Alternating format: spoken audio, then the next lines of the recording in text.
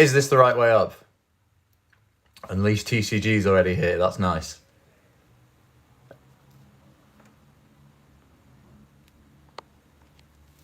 Hello. Are we horizontal this time? If someone could say in the chat, that would be amazing. It is. Let's go. We're starting. Cool. So today in this stream, I'm going to be drawing some cards for the new TCG. Basically, all the cards I've drawn so far, I'm keeping them in this small size box, so I'm limiting myself to the size that the cards can be. Because in past games, I've ended up getting carried away with art, drawing really super detailed stuff that takes up an entire A4 sheet of paper, and that's just too much detail. You don't need that much detail in a small trading card that's going to be about this big. It gets lost and it's kind of a waste of time. So I'm keeping everything sort of small, short and sweet, which is exciting. But I'm just going to get started drawing. So kind of got some water cards here, but I've been doing a lot of water card stuff recently. So I'm going to do a desert card, and I'm going to kind of do a desert rocky version of Agatomic Abomination. This is one of my favorite cards for the water deck, and I'm going to call it Desertomic Abomination, I think. Cool. So let's go ahead and get started. If you guys have any questions in the chat, please let me know. Anything about the upcoming TCG, I'm happy to answer. Anything about your TCGs that you might be making and need a bit of help with. Hey, oh my gosh, so many people joining. This is really cool. What paper do I use? So this is 200 GSM printer paper. You can buy it from most stationery stores. Normal printer paper is about 100 to 120 GSM, so it's kind of thicker cardstock from that, and it just absorbs the ink of my marker pens better. So the pens that I use for my videos are, the pens that I use to make all my cards are these Copic markers. They're like a Japanese permanent marker brand that a lot of manga illustrators use, and they're just like incredible. They're quite expensive. This set of 36 costs about £150 in the UK, but it's kind of worth every penny if you're an artist, and they're fantastic. I kind of wouldn't draw with anything else.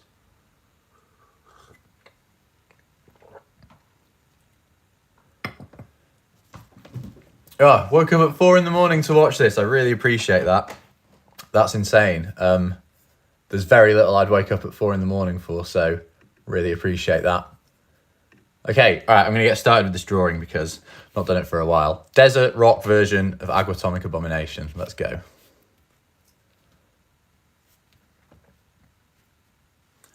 And when I kind of do my drawings, a lot of the time, I just kind of go into it quite freestyle. I've got a little mood board put together, but I want to make this card kind of like insecty. I think Agatomic Abomination looks... I want it to be like a sort of mess of lots of different creatures, but I think a kind of desert like worm insect, but with legs is what I'm going for with this. But we'll see what happens.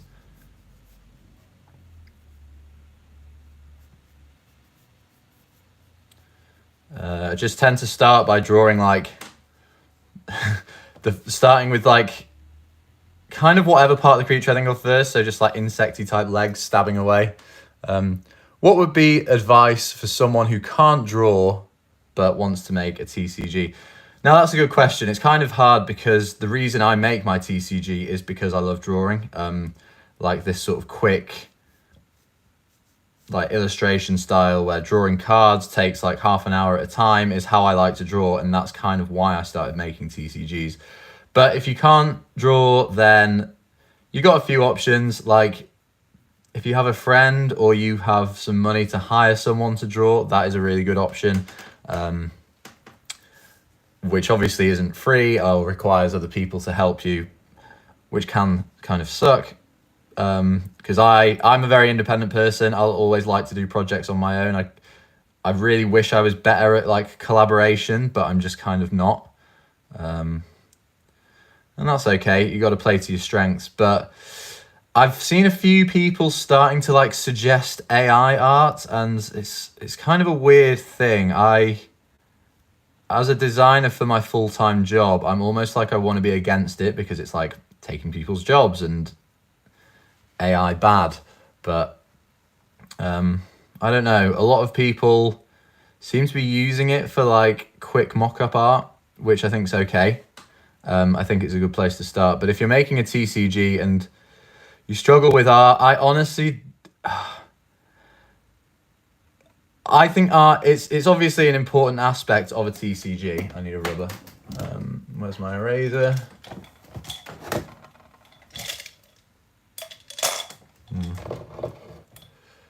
Have I thought about giving protectors an evolution like evolvers? I've not. That's something. It seems like it could overcomplicate the game. I kind of want to keep the protector or defenders, as they're now called, that element as like simple as possible. I don't have an eraser. I can just use this.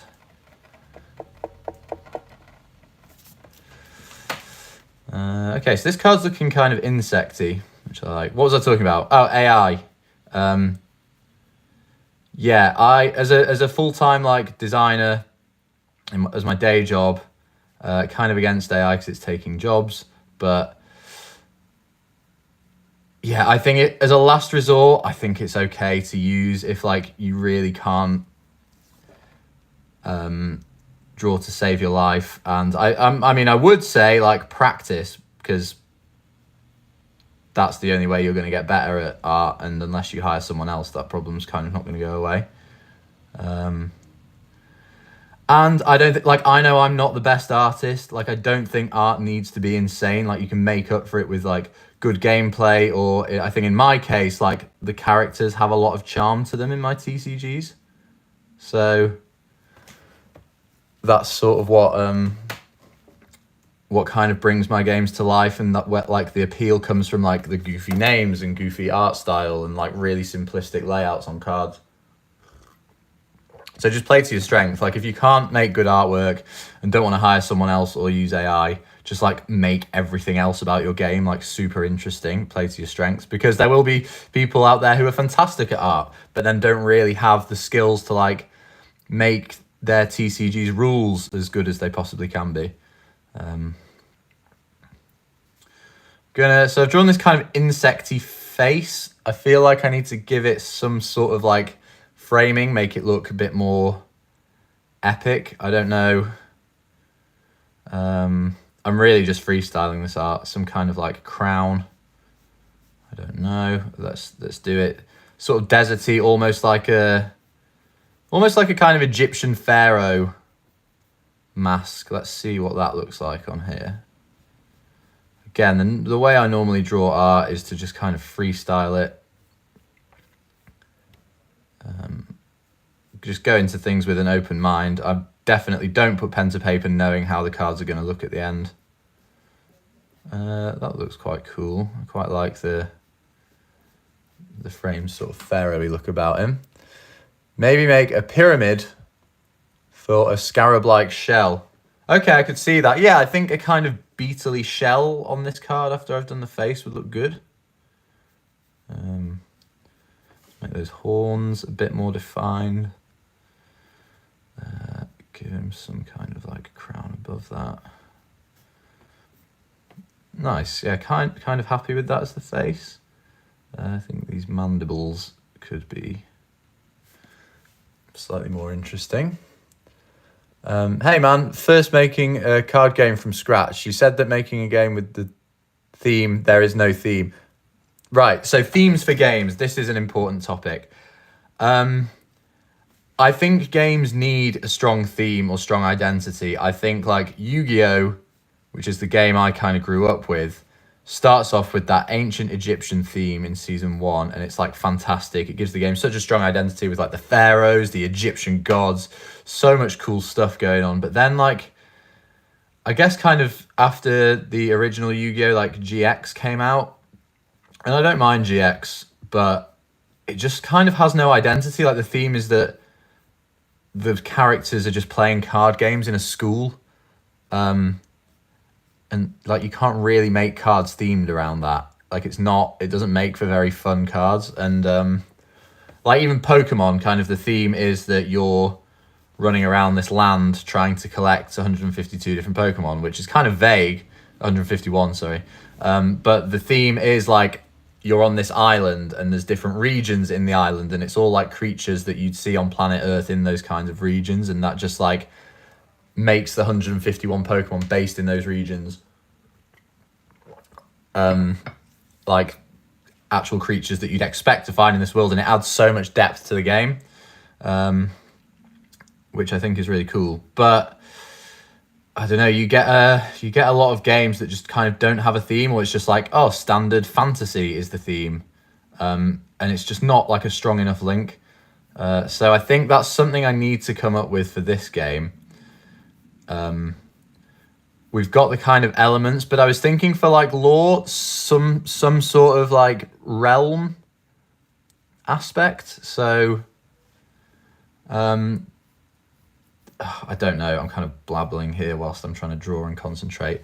But so there'd be like a sort of fiery realm, a watery realm, and you can travel between these realms through like the power of your revolver. And your revolver is like your avatar that kind of stays with you the whole time through the process of you maneuvering through these realms. I don't know, I'm still quite a long way off with the themes, but I think when you make a game, having a strong theme gives the audience something to latch onto really early on and be like, oh cool, I know where I sit in this universe, I know what kind of cards I want to collect within it. And then yeah, it gives people something to identify with immediately as soon as they pick up the game. I don't really know what I'm doing. Okay, I've given this guy shoulder pads, apparently.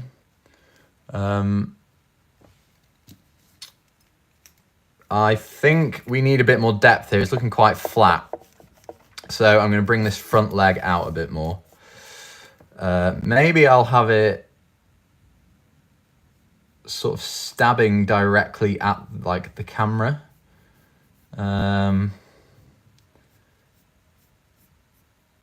So we've got like one claw over here down, one claw coming straight towards you. I think that could look quite cool.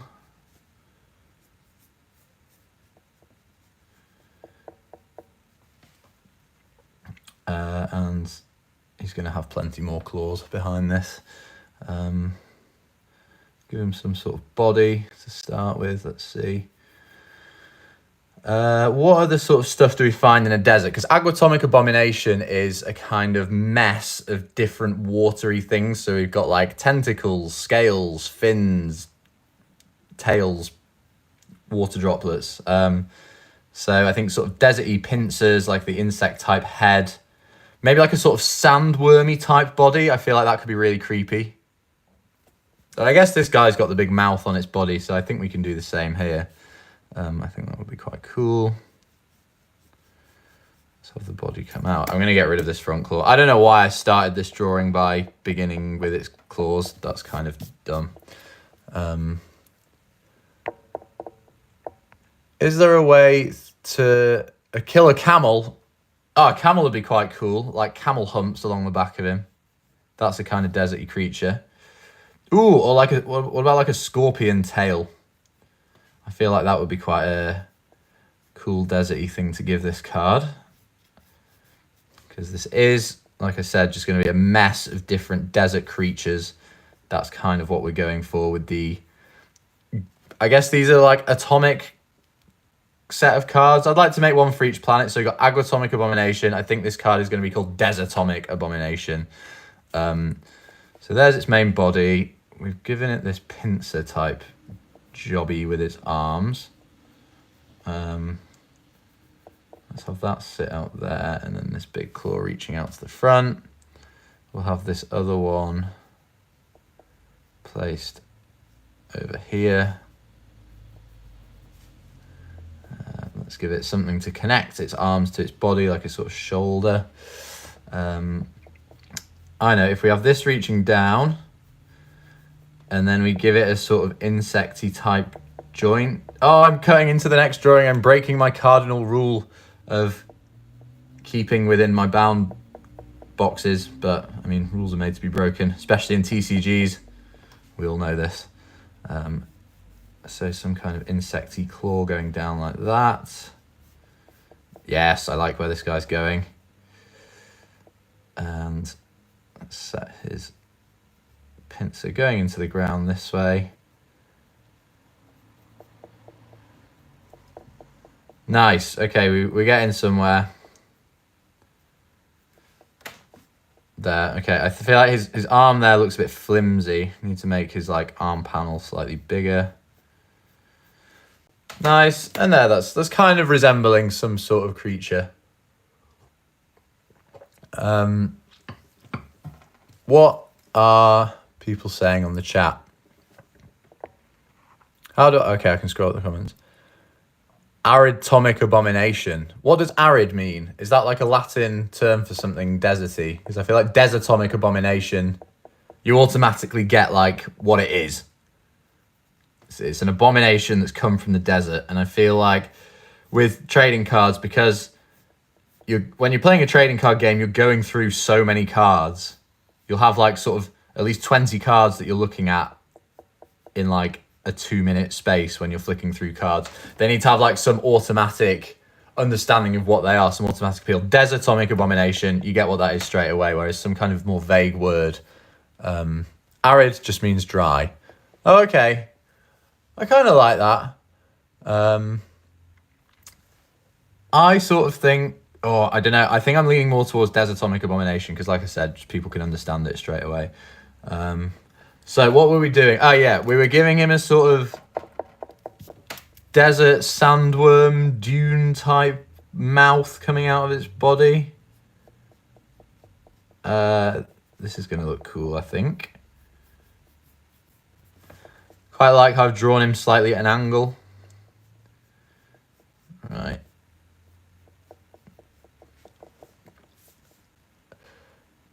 Ben Klaus Closton has over 4,000 Magic cards. That's quite impressive. I think I have about that many Yu-Gi-Oh cards back home.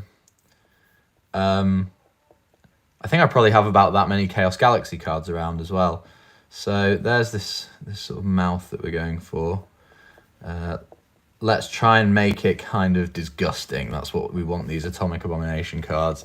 Like that mouth on there is pretty gruesome. The big one in the middle.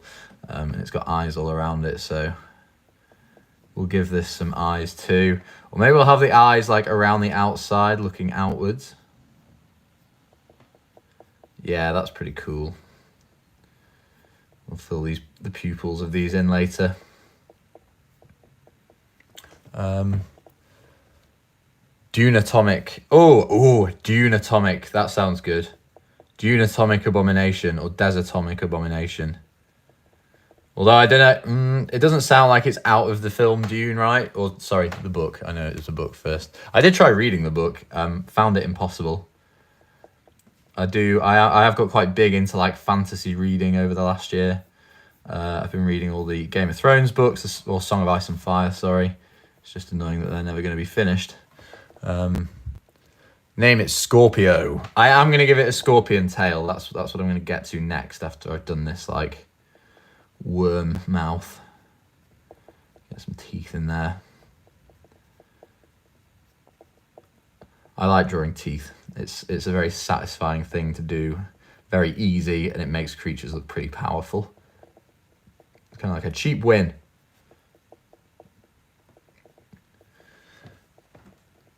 Are you planning to have a catalogue system in place for people looking to collect? That's an interesting point, because in Chaos Galaxy, I don't really have that.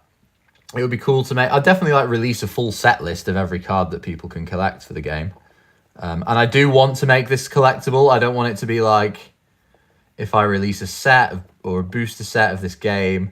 I'd want the rarities. I think I got the rarities kind of right with Chaos Galaxy. So if you didn't follow that game, basically I released 100 card sets. There would be about 75 to 80 commons, like 15 rares, 5 really rares where there was one of them in every other pack, and then 2 ridiculously rares in the set where there was like, I think you got one of those in every 5 packs. And I kind of like that. People could complete the whole set, and some people did, which is amazing. I'm not sure I did, you know. complete any of the sets, but like I want the game to be like fully accessible and for people to actually be able to collect stuff rather than these like sort of 1 in 100,000 cards that some TCGs have nowadays. Right, I'm now drawing this big scorpion tail that has been requested coming off the back of this card. I'll kind of do it layered, I guess, like a sort of staggered, because if you see the way scorpions are built as actual real life creatures, they're not made of straight lines. They're built of these like sort of blobby panels, which almost like join together and then hook over. And scorpion stings are actually really strange. Like, I'm kind of just tempted to draw like a big spike like that, but that's actually not what they look like. They're kind of, I don't know if this is even that clear on the stream. They're kind of like circular blobs like this, that then kind of like the sting folds over and sticks out like that. Okay, that was an awful drawing. Ignore that. Do you know what? I'm just going to Google here what a scorpion sting looks like. Which obviously you can't see, which is a bit annoying. Okay, yeah. So they kind of, yeah, they curve, they have like a stingy bit that curves upwards.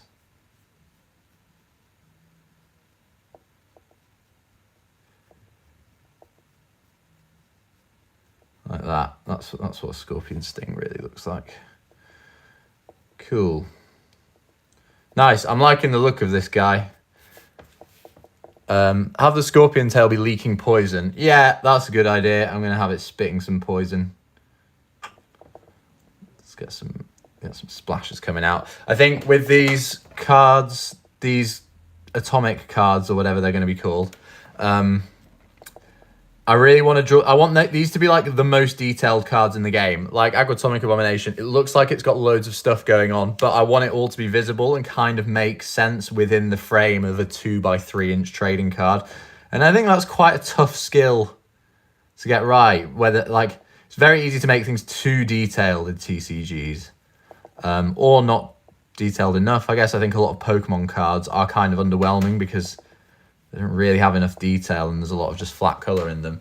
I think a Woat is one I got right for this game so far. I did an Instagram post about it and like the story behind it, which I think was quite cool. If you haven't followed me on Instagram, definitely do. But yeah, kind of tells a story in the card, is a very simple artwork, but has enough detail for you to know what's going on, but not too much detail that you miss anything. Name it Zach. What do you mean name it? Are you saying this looks like me? No, this is Desatomic or Dunatomic Abomination so far. And I'm kind of happy with how he's looking. Right, now, so we need the under part of his body. We need to give him a bit of depth. And I think, do I do him kind of like wormy? So his body would like flow over to the side like this and then have him like slithering across the ground. That might look quite cool.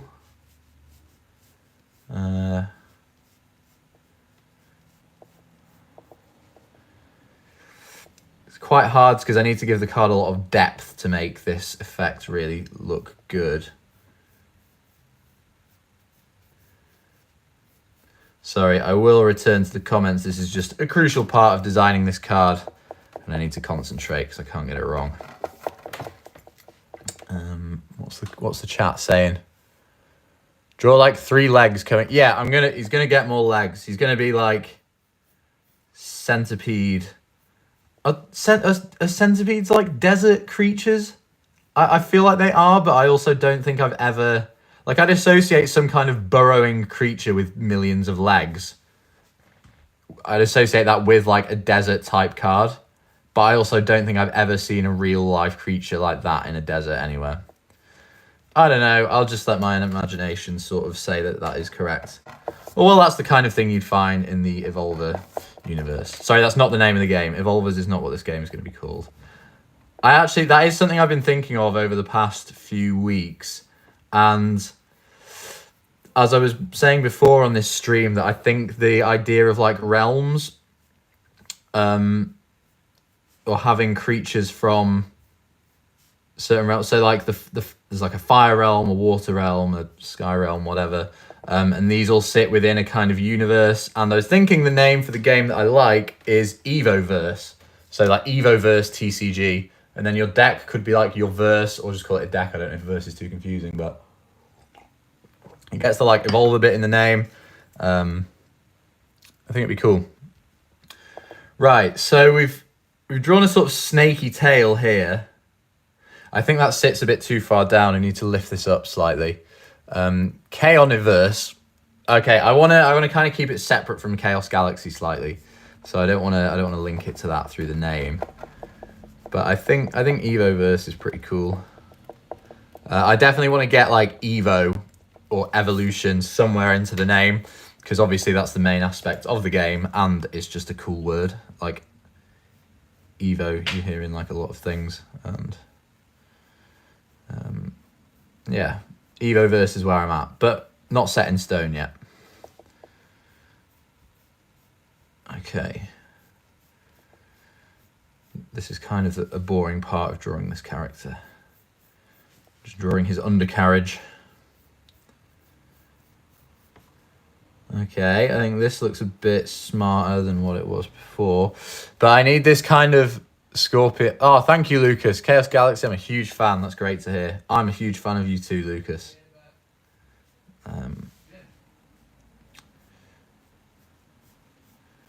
Right, let's curve that round a bit.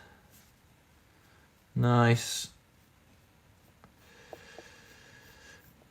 So I somehow need to get this back end of him to link up to this scorpion tail. I think I'm going to need to redraw this. Oh, someone donated £14. Wow, awesome. Thank you. That's great. I didn't really even know that was a thing. That's amazing. Who donated? I'd love to give you a personal thanks for that.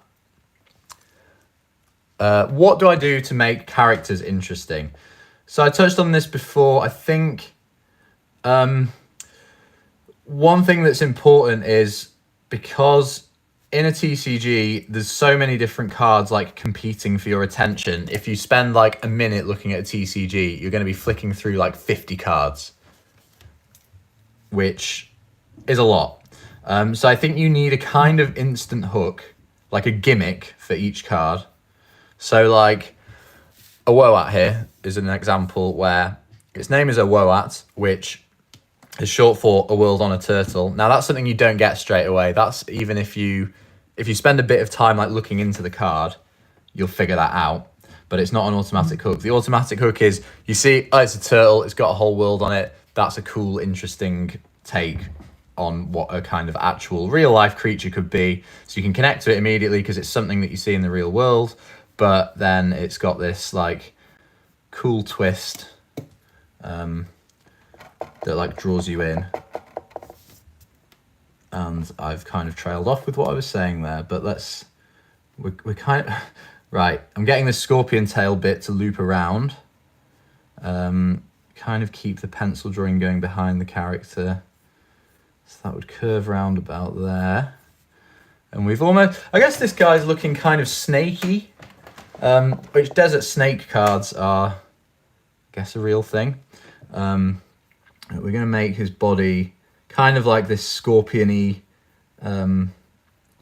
or I guess even rattlesnakey type tail here, where it's going to sort of come out as panels. And then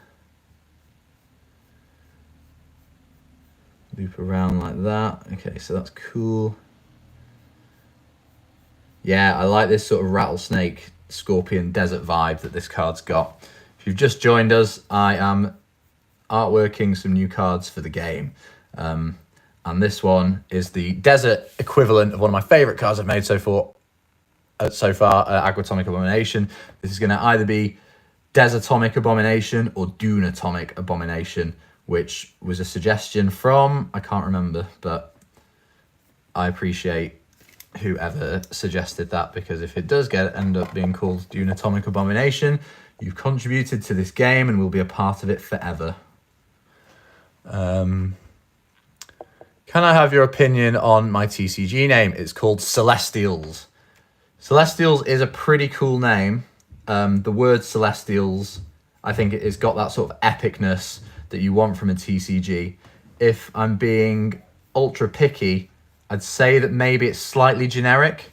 Like I want to kind of know more. It's quite an ambiguous word that you see about in a lot of things. Like there's I feel like is it a Marvel thing, Celestials?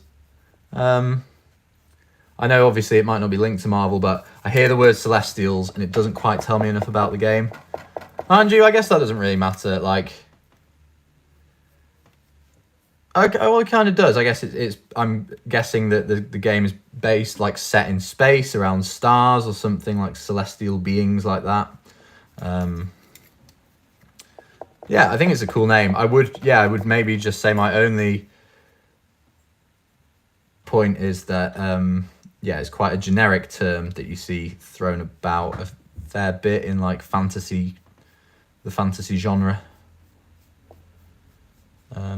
But hey, if you think that's what suits the game, that's the main opinion that matters. My opinion is kind of not as important. Although I think it's good to get people's opinions on your game, but I think at the end of the day, you have quite a clear vision of how your game wants to be. And I'm definitely like this. Like I get a lot of suggestions for cards and stuff, which I do definitely always take on board. And even if a comment that has like a good suggestion gets a load of likes and stuff, I will sometimes be like, look, no, it's my game. I know what I think is best for it, and I've got this vision of where I want to take it. So I'll just leave it like that. Okay. So we've had this sort of scorpion tail blend in and then become a sort of more flat surface rather than made up of these segments like a scorpion would be, going it from like scorpion to snake to millipede, very sort of insecty, but that's what we wanted. We wanted it to have loads of different representations of desert type creatures that you find. Cool. So now I feel like we're almost there with this. We've got the whole like body ready. I think we can just go ahead and add some fun details. Maybe some more of these legs, like these insecty pincer type legs, I think are cool. We'll neaten this up a bit.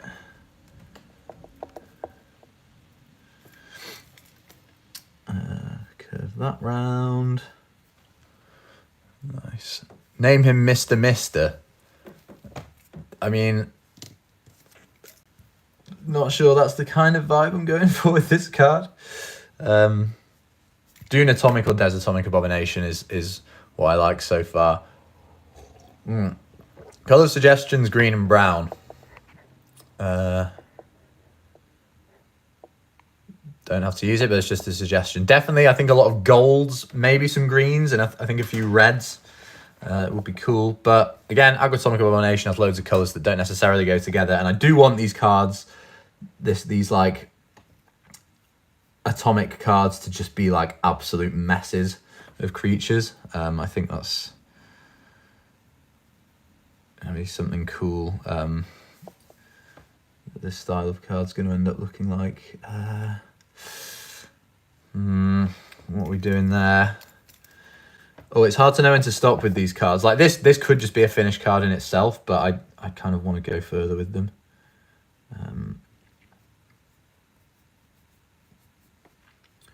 Let's have another arm coming out of the side here.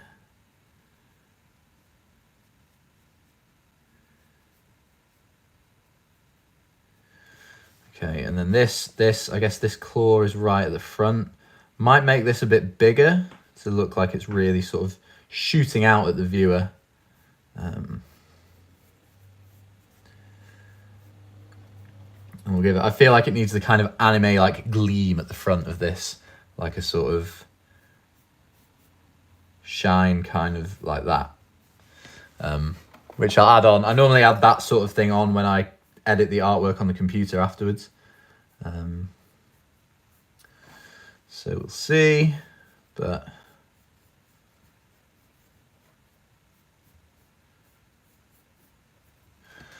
Nice. There, that's looking good. We can erase this. These drawings, when I draw stuff in pencil, it always ends up looking really messy. There's some other cards I was working on earlier. Some like desert cards that...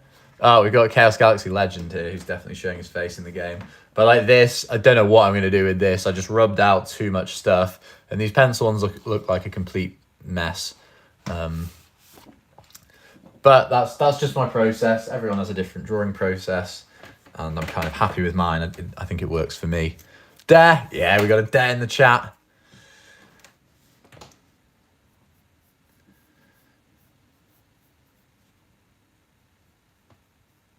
Cool.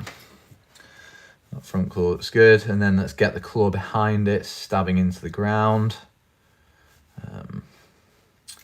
This part's looking pretty messy. Clean this up.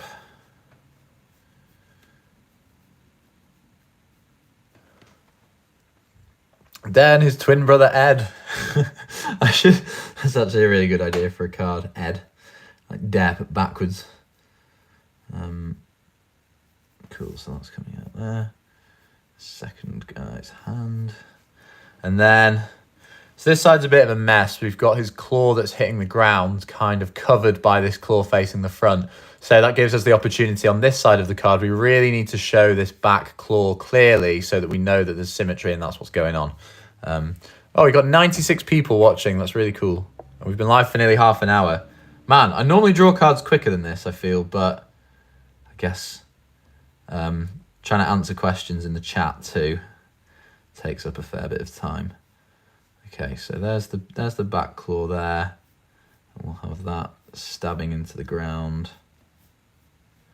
Oh, that looks a bit messy. I'm not going to have that. I know, we'll just go for the third claw here. Give him his little like shoulder pad thing that we've got.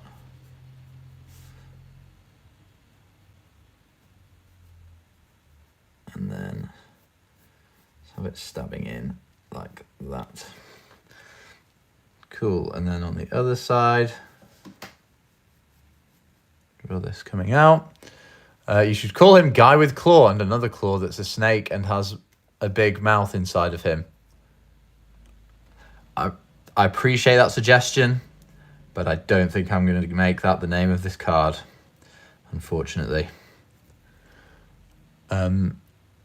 Why is the Abomination card there? Good question. Because I'm making like the rock equivalent. So this is Aguatomic Abomination, and this is going to be Desatomic Abomination or Dunatomic Abomination, someone suggested on the chat, which I think is a very good idea.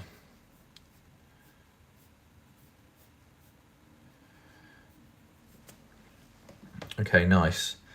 I feel like now his top, like his head, the bit I drew first, is kind of lacking. I feel like he needs a bit more going on there. And his shoulder pads could be more epic for sure. So let's beef those up a bit.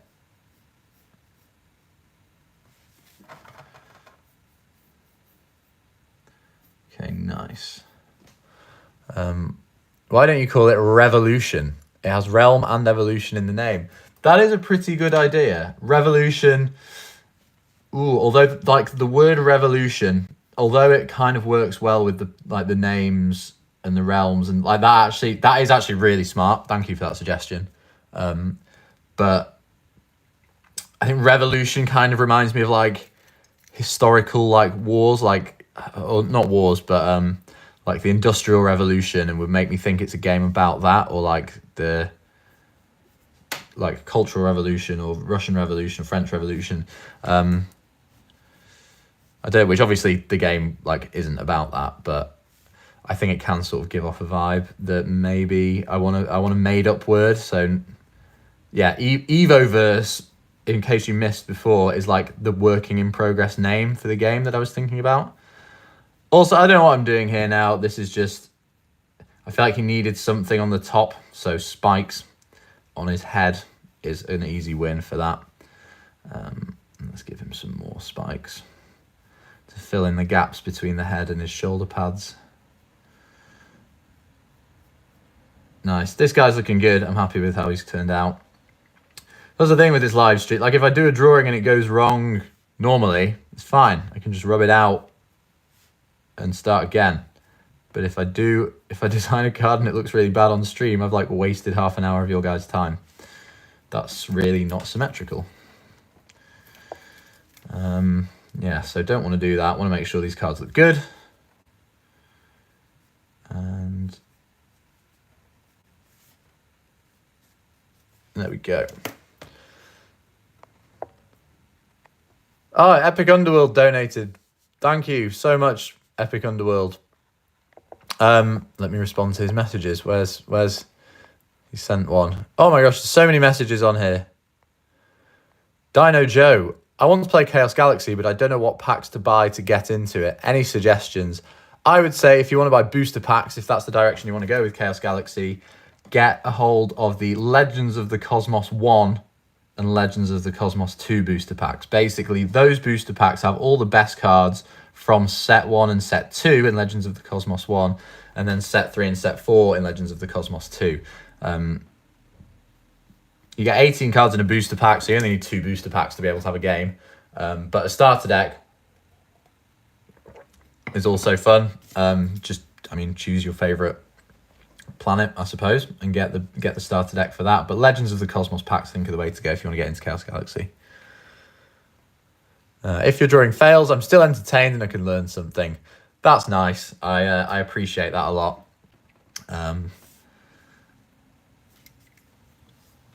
But I want to make sure these drawings turn out good for you guys. Okay, so I think we're kind of done. Oh, do I give it wings? There's always a question on my mind. It doesn't need wings. Look at the state of him. He's got too much going on.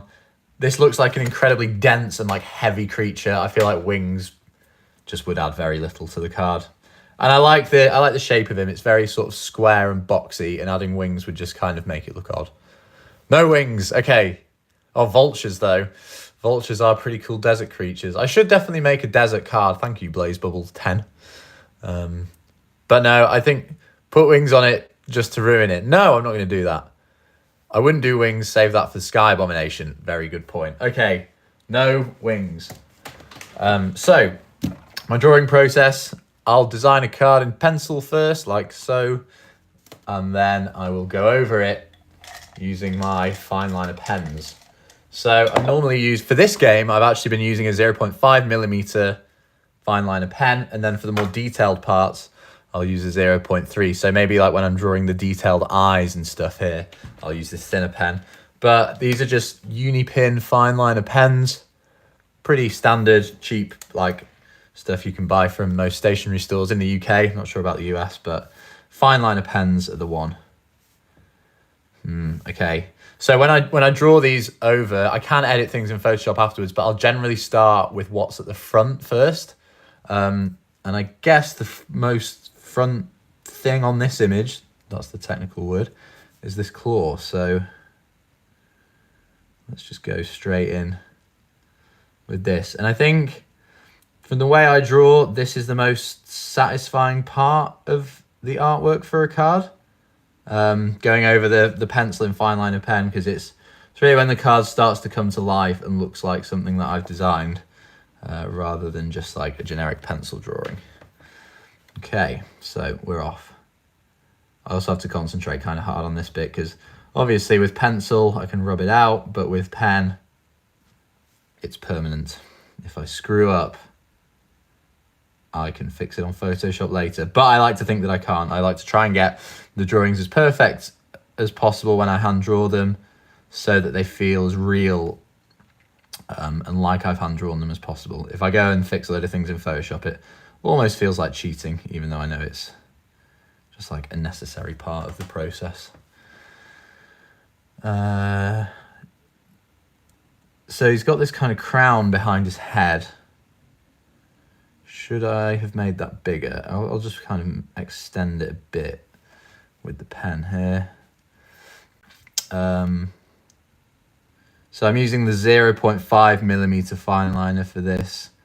I think though I'm going to go in and draw the face details in a sec. For that, I'm going to get my 0.3mm, slightly finer pen. Oh, we got 115 people watching. I said I don't know, I'd do something when I hit 100. I'm not sure. What's your number one art tip? My number one art tip is, and some people aren't going to like this, practice. Just practice as much as you can. I strongly believe that art isn't something you're like born naturally good at. I guess you can't, like Picasso obviously was kind of a natural genius, but like practice makes perfect. It's like learning an instrument. No one's born and can just suddenly play the piano. And I think drawing is the absolute same. Like you need to spend time practicing. Like the best artists I know just spend time drawing every day. And you get better so quickly. Like if you draw every day for 2 weeks, I guarantee at the end of those 2 weeks, you'll notice how much better you are than on day one, which is the beautiful thing about art. You can just get better at it quite easily. But I get a lot of people saying, oh, I don't want to make a TCG because I like can't do any art. And yeah, it's going to be a struggle if you start a game and can't do art. But like I was saying this at the start of the stream, oh, man, I've messed up the side of his head. It's all right, so we can fix it on Photoshop. But that's come out really unsymmetrical, annoyingly. Right. Well, okay. He kind of looks weird for now, but I'll fix him for the finished card in the next episode of TCG from scratch. Let's cut his crown sort of done there. Nice. Yeah, play to your strengths when making a TCG. So if art is your thing, kind of really focus in on the art. If game mechanics are your kind of thing, make interesting game mechanics. And I think the art you get a bit of leeway on having not the best art if your mechanics are really cool. But if you can't do art and you really want good art, hire an artist. Unfortunately, that is kind of the only way around it if you don't feel like you're good enough at drawing and you don't want to practice. But in my opinion, I'd say practice. It's a really nice skill to have, being able to draw. And I know I'm not the best, like my TCG art isn't the strongest there, but I think I make up for that with like the personality that the characters have. Not to sound big-headed and like toot my own trumpet, but I think that's where the strength in my games lie. You should give a card a death ability where it explodes and poisons the opponent. Oh, well, there's a good suggestion, and we kind of got cards like that already. We've got Jellyfish, the water card, which is actually, like, in playtesting, it's been one of the strongest cards in the game. Let me get it for you. I've got my full decks here. The water deck. These are the exact decks I used in the last episode. Where is he? Jellyfished. Yeah, when he's killed by an attack, the attacking creature's health becomes 10 until the end of your next turn.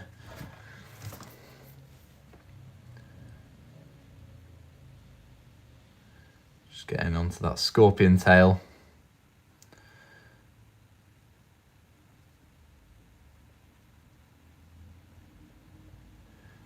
Silence. Zach, why are you not talking? Do some talking.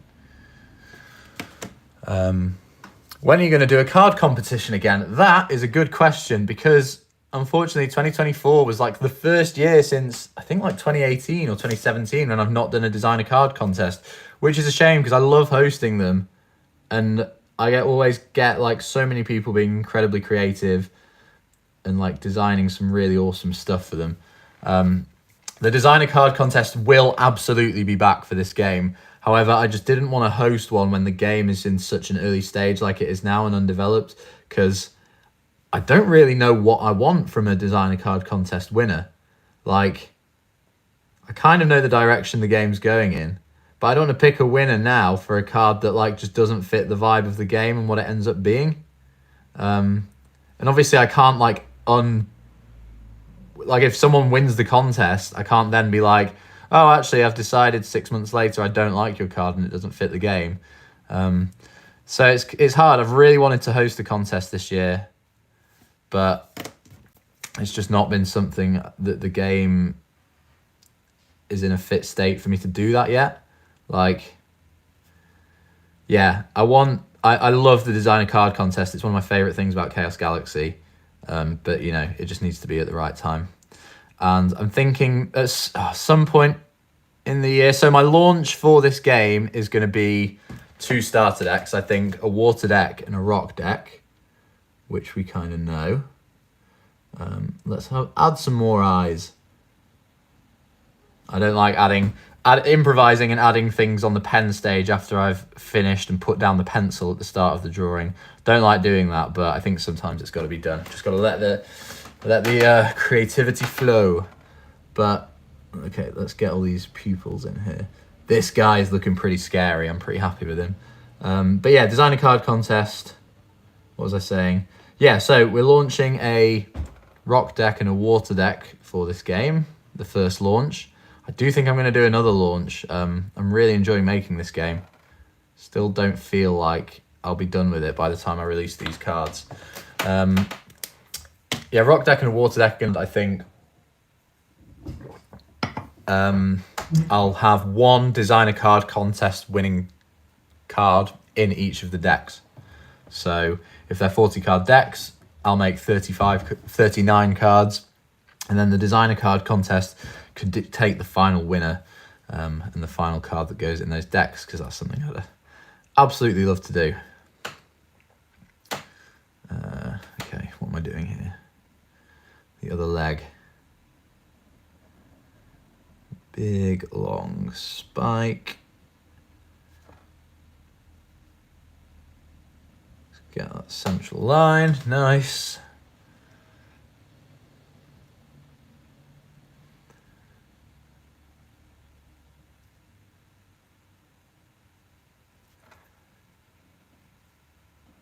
Cool, looking good. All right, sorry I'm going kind of quiet on the chat. This is the bit where I really have to concentrate going over the pencil with my fine liner pen. What's the name of the drawing? It's currently called Dunatomic or Desatomic Abomination. That's why I've got my Aguatomic Abomination in the corner of the frame. What do you think of the name Legends Unveiled for a TCG? I really like that. Sounds very mysterious, kind of has that epic feeling you want for a TCG name. But also doesn't give too much away, which I think is quite cool. Yeah, Legends Unveiled, very cool. Sounds like a good game. I want to play it.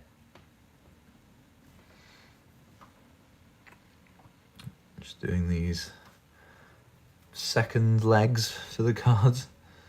So that one's going to come behind. I'm again freestyling with the pen when I know I shouldn't be. Okay, so that's been drawn there. Nice. Oh, wow. Live. That's right. Rod Dad Redemption. I have a question. If a creature will be made of red obsidian, will it go hell deck or rock deck? That's a very specific question. But I don't know.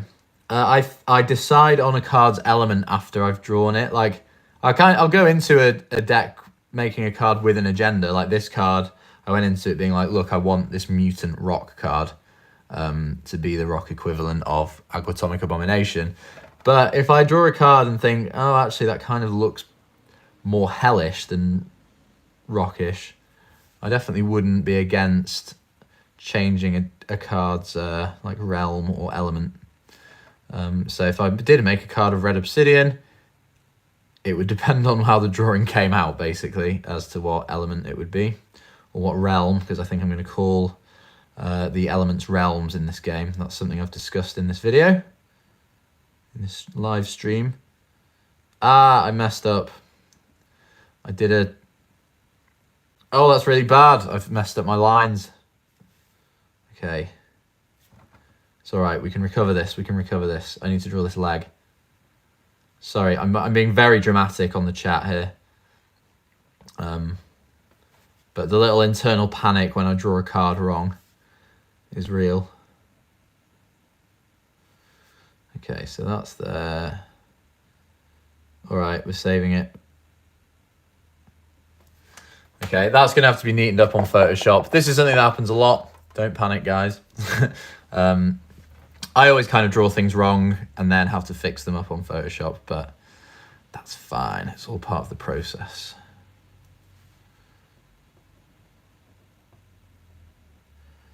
So yeah, first I'll draw a card in pencil, then I'll go over it in these fine liner pens. For this game, I've gone with a general rule of a 0.5mm fine liner pen. And then I will erase the pencil that's behind the pen, and then after that go in with my Copic markers. And that's the pencil done. I'm thinking, oh no, it's not actually, I need to do the mouth.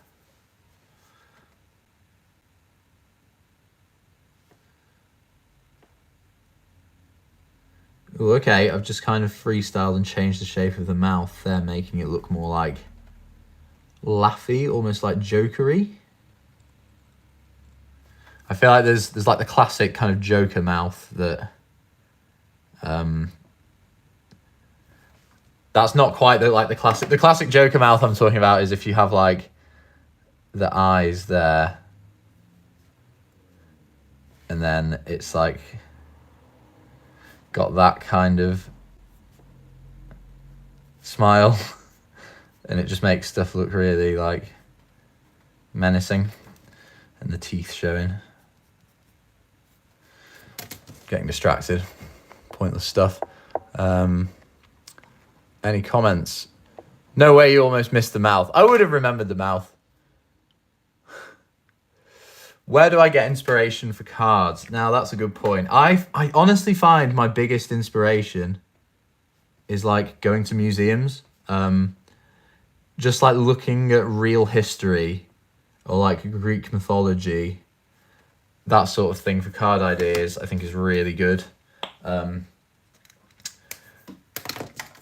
Like my favorite museum, even though, because I live in London, even though the British stole a lot of the things in it, the British Museum that has all like ancient Egyptian artifacts, stuff from all over the world, like Mayan things, yeah, just everywhere, like African art. It's so cool. Just everything in there is so inspiring. And I think that kind of, like a lot of my simple, like some of these could almost look like cave drawings or like things from ancient cultures throughout the world. That's just the art style that my games tend to go for. And I always find that, and like the backstories behind them, I find really inspiring too. Like I do love a card with a narrative. When I make a card and I can think of a backstory for it, that really kind of, I think, elevates it. Should I give him some, maybe I should give him some like nostrils behind on the body there. That's quite cool. Yeah, I like that. Ooh, this is looking very freaky. Do I just dot more like random eyes around? I don't want to go overkill with the eyes, but just in this space here. Poison needs to be, good spot. Thank you. Thank you, Grad198, reminding me to draw the poison. Cool. I feel like it's looking good. I think we got a few gaps. Like I need, do I need some kind of like illustration or pattern on the shoulder pads here? I think I'm just going to draw a little like boxy shape in. I'll fill that in some random color. I don't know what. I guess to kind of match the arch, I'll give it. Oh no, I don't know. I'm overdoing it. I'm overthinking. If you do too much, it can clutter the design. A snake-like tongue. Oh yes, that's a good idea. Definitely. I'm gonna do this in pencil. Yeah, like a forked kind of snake tongue. We can have it coming down here. Man, there must have also been so many good suggestions in this chat that I missed because I can't really read all the messages because I'm obviously looking at the drawing I'm doing.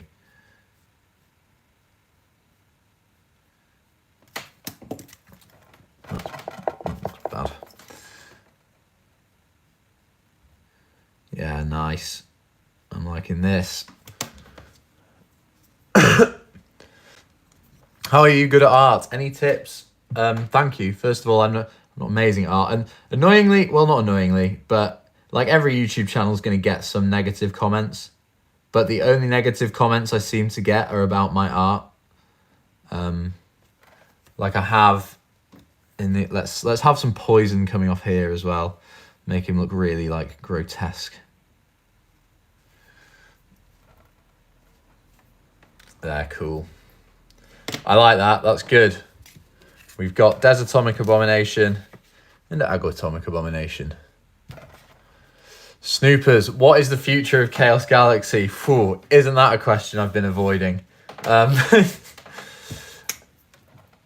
Oh, I don't know. Obviously, Chaos Galaxy is like the thing that's done everything for this channel, and like my like YouTube career, which isn't a career. I've had a lot of people say to me like they think I'm full time with YouTube, but I'm not. I have a full time design job at a company called Studio Mina Lima.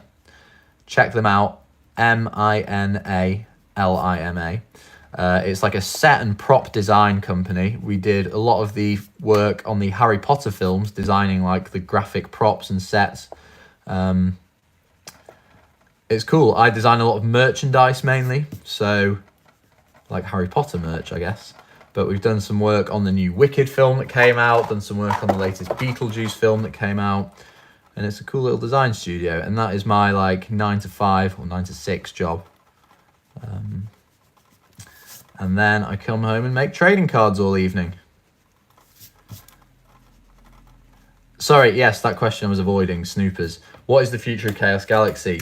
So, currently, well, initially, when I started this game, I was like, this is going to be a short, sort of 6-month project to kind of refresh my passion for Chaos Galaxy. However, as soon as I posted episode 1 for the series of this, and it got like 50,000 views in a week, I was like, okay, maybe this is going to be a slightly bigger project than I first anticipated. And as the game's gone on and the series has picked up, like my channel has grown like an unreal amount. Like it's actually crazy over the live playtest. Yeah, that'll be a good idea for a video soon. I wonder if I can move this closer. Oh my gosh, I've been going for an hour already and I've not even drawn one card yet. I'm going to get rid of this Joker face that I was talking about earlier, because that's dumb. Right, colours. Sorry, no, I'm still talking about Chaos Galaxy. So yeah, I had no idea this series would get as popular as it was, and my passion for this game has just kind of grown with that. Like every video I post, getting like loads of good comments, loads of new subscribers, it's just like I want to work on this game more and more, and I'm kind of thinking about Chaos Galaxy less and less, which hopefully you guys can understand. Like the fact that my channel's grown so much, like my YouTube channel's now sponsored, like I'm getting, like the game has been really popular, and I think my end goal with this game is I'm probably going to want to put it on Kickstarter. That'd be really cool. And I when I've done these first 2 starter decks, which was initially going to be a 6-month project, it's definitely going to be longer than 6 months. But I think I'm going to continue and do a full set. So again, that will unfortunately mean that Chaos Galaxy goes on hold for a bit longer, but I'm just really loving this game. Yeah, I'm enjoying making it so much. Right, I'm getting so now we're going to do the colouring. So I've got my Copic markers. I'll just tend to get out like all my sandy coloured ones. So what we've got, like the warm greys. They're definitely going to get involved. When colouring him, you should give him an Egyptian look. I think I am. Definitely going to go for these like gold sandy colours. I think a bit of red. Like red's going to be cool. I've got some more Copic markers.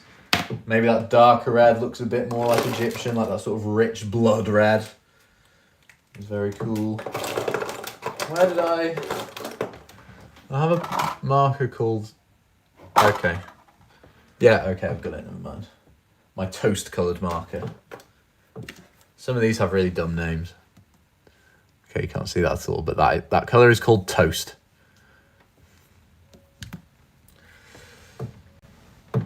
Will I show you how to draw fire? Yes, in another live stream, because this is a rock live stream. I don't think I'm going to be drawing fire in this episode, but I think... What do we start with? Pale sepia. I think this pen ran out. It did. Well, that's good.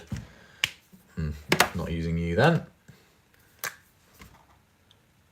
Okay, that's the kind of deserty colour I want to start the body in. I'm thinking like the base colour to be this sandy colour. A secondary colour to be like a very dark, like warm grey. That's too dark. Like this kind of grey.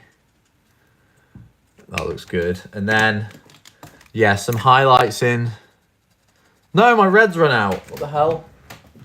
I need to get some new Copic markers. I have a spare red, actually. I did know that pen had run out.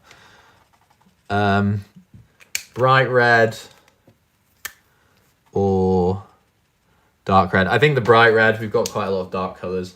And then someone suggested some green in there. I think a dark green might work. Oh, my Copic markers are dying. This is so sad. I need to get a new set. Nile green. Okay, that colour, Nile green, obviously Egyptian. This should put... Oh, that looks a bit too bright. No, I think it's okay. So what I'll do is I'll pick sort of 3 or 4 main colours. As you can see, that's what I've done on my other drawings. So like a woe out here, I sort of chose the colours through there. Get refills. Yeah, I should get refills, definitely. Should do a live stream of how I draw different things. That's what I'm doing. Turquoise. Turquoise instead of green. That could be cool. Where's my turquoise marker? How's that looking in the colour palette? Oh, I don't know. I think that looks a bit horrible against the red. I think I'm going to go with, yeah, these 4 colours. Right. Now, let's start. One thing I've started doing is, so I add like a sort of dark shading, but I've started adding that on Photoshop, like through the computer, because a lot of the Copic markers, like a darker version of itself won't add up. So if I choose like this light red and this dark red, for example, they won't blend into each other, or this doesn't necessarily look like a dark version of this red. And I'm just like, I can be quite stubborn with my love of hand-drawn art over computer art, and I do think that's something I kind of need to get over a bit. Because digital art, as much as it's way less fun than drawing real physical art, I think it could kind of be the future of my games. We'll see. What's the name of the one next to it? Oh, this guy. I haven't even mentioned this guy. This is a card I've not actually shown in a video yet. He's just a little water guy I made. He doesn't look crazy interesting, but he's going to be a card with no ability. He's just going to be like a standard, maybe like a level 3, not very powerful. I'm really rinsing this guy here. He's just chill. But yeah, name suggestions for this dude. I will happily take some of those in the comments. Lord Dare. No, this isn't a Dare-related card. Dare will be making an appearance in this game, though, for sure.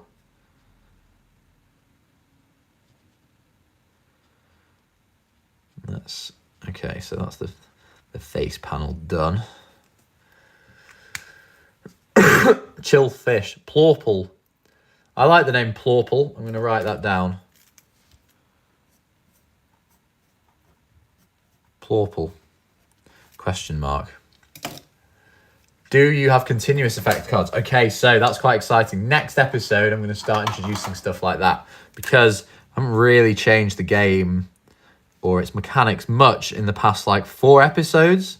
So I think we're ready for a switch up. Now I've definitely got like, because I've written the rules now, we've got that kind of set out, but it's just like niche things within the rules. Like, do I make cards continuous, or do I give things like passive abilities, or You know, that sort of thing. So that's like the nitty gritty bits that we're really going to get stuck into in the next few episodes.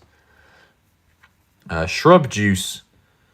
I guess shrub juice I'd probably save as the name for like the juice card for the nature type or nature realm for defenders.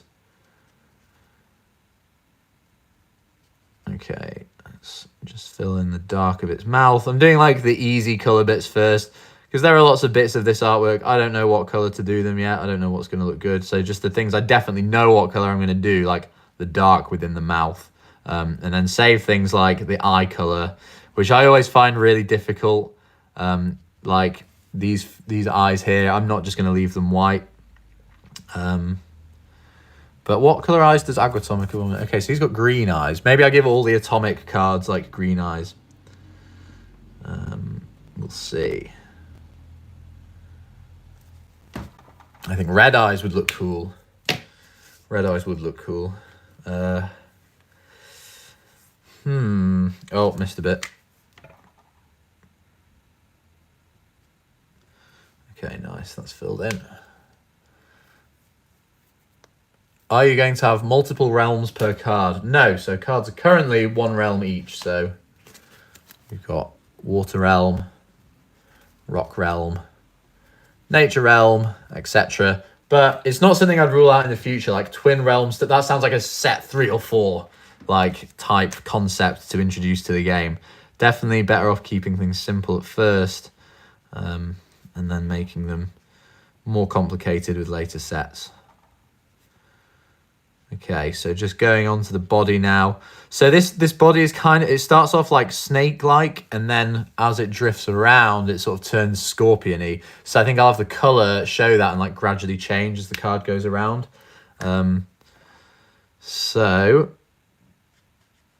starting with this like sandy colour, I'm gonna maybe blend this in with like some darker brown shades. Let's see what colours we have here. So warm grey 5. That pen's run out. Let's fill in some kind of shadowy edges under there.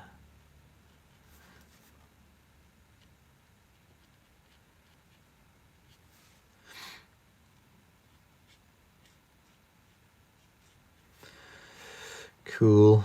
And then we'll just straight up make this one a full grey colour, have it like blend nicely.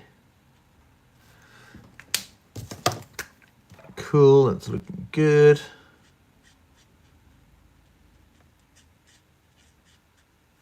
Sweet.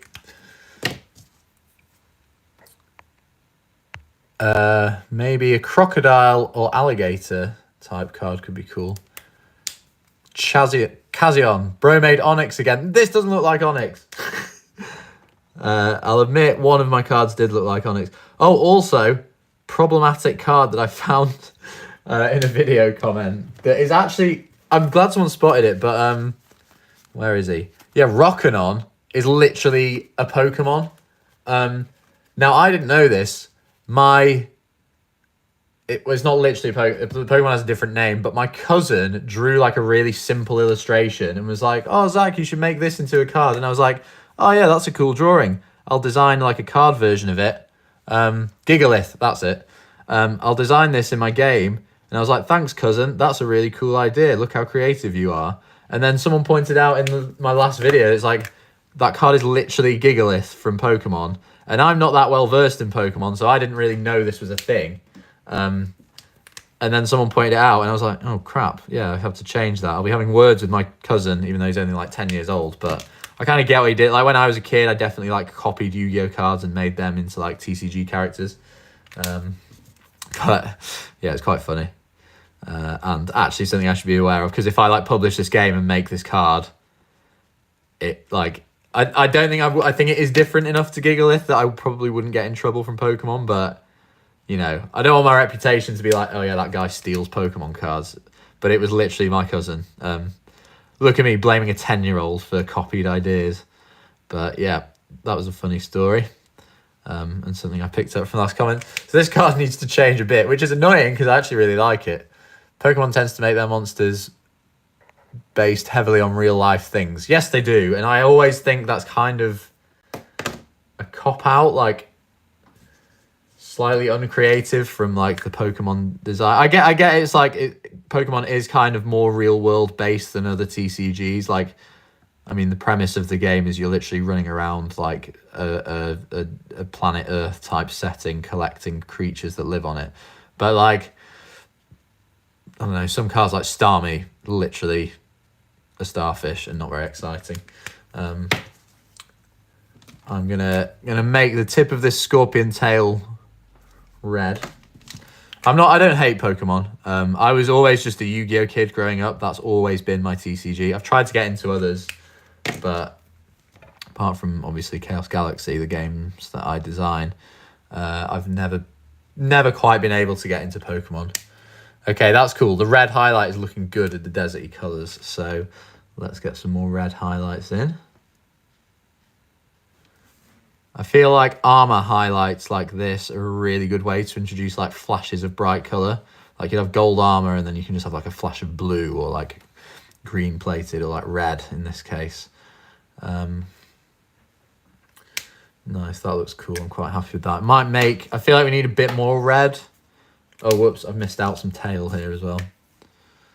That should be in this color.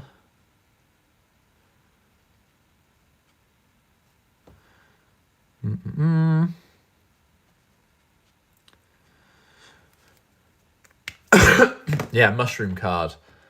Says Ghoul with his mushroom profile picture. I don't play any TCGs, but this game seems like a lot of fun. Thank you. I'm glad it seems like a lot of fun. I'm having a lot of fun playing it. It's a good game. Yeah, what was I doing? Okay, yeah, making his armor.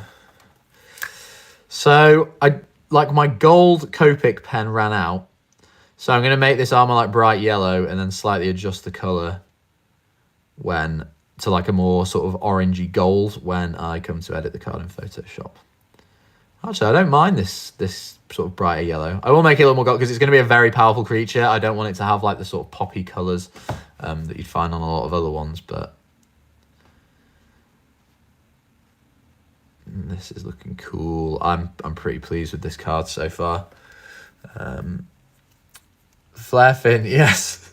I know he copied Flarefin. Yeah, I will be having words with my cousin. And I've had this before, like, I've had designer card contests for Chaos Galaxy, and some people have just straight up sent in, like, artwork they found off the internet, and I'm like, why are you doing this? Like, you know I can't put that in the game. I'm going to make his face, like, dark. There.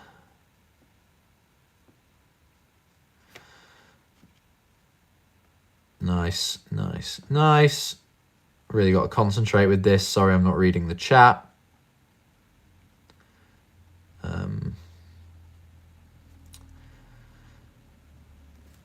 Cool. These eyes would look good in a deep purple. Ooh, I quite like that.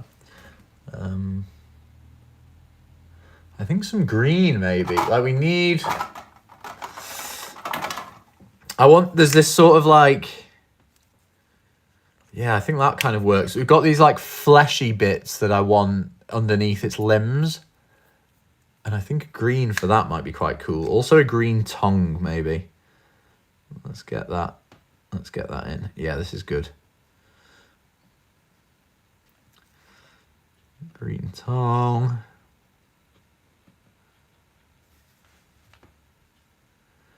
Nice.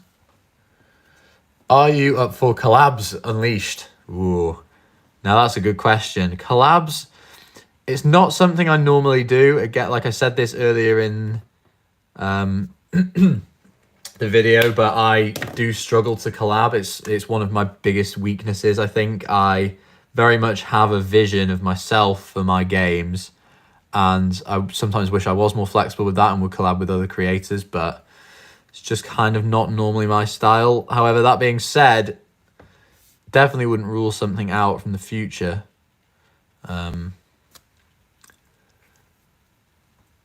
Collabing with Unleashed would be pretty sick.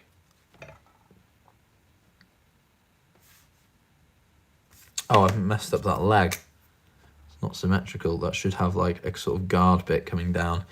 We'll fix this on Photoshop later.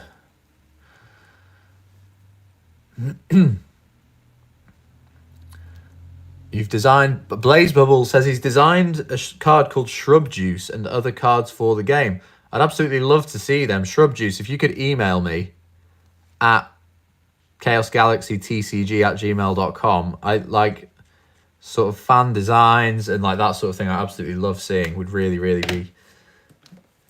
Yeah, so grateful if you could show me the work you've done for this game, because that's stuff that I find so motivating. What am I doing? Get that in. I want to add some more of these red highlights. So you can put that red highlight up there. Give him like these armored pincers that match the color of his armor.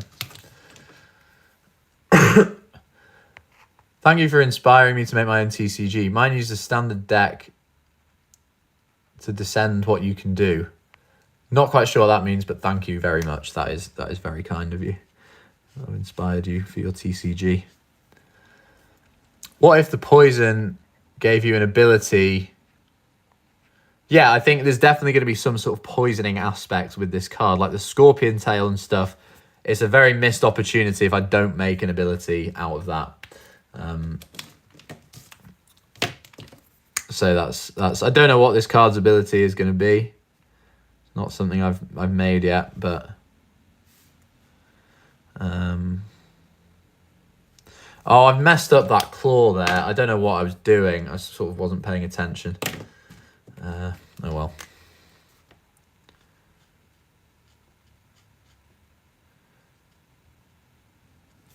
It's hard. It's hard. I'm trying to I can't multitask as it is, and I've got to pay attention to these comments and actually interact with you guys. Poison could subtract from a dice roll. I like that.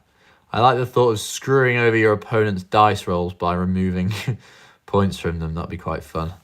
Although I do want this game to be less like... I think a lot of games, it's kind of easy to fall into the trap of like making cards that just stop what your opponent's doing.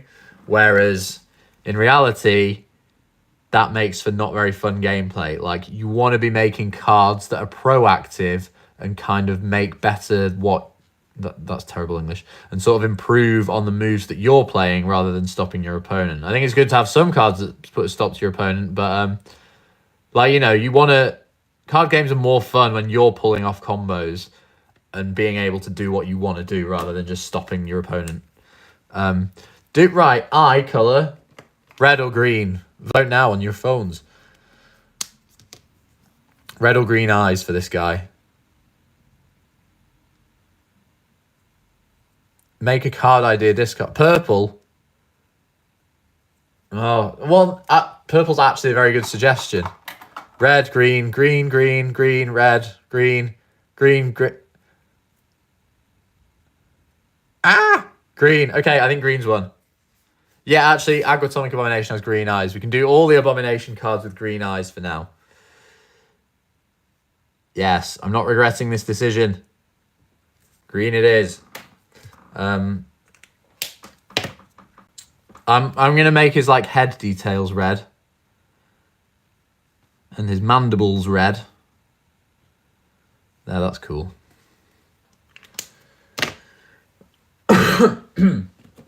Nice.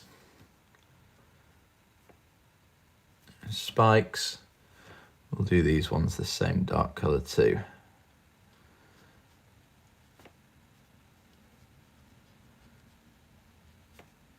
Oh, gone outside the lines there.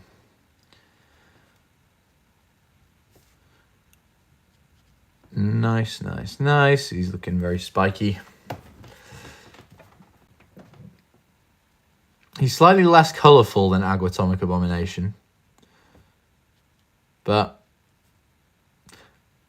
I think that's okay. I think generally water, like sea creatures, are a lot more colourful than desert creatures, so Make a card idea Discord. I should do this. I'm so bad at keeping up with Discord. There's too much, like keeping up with YouTube on its own is hard enough.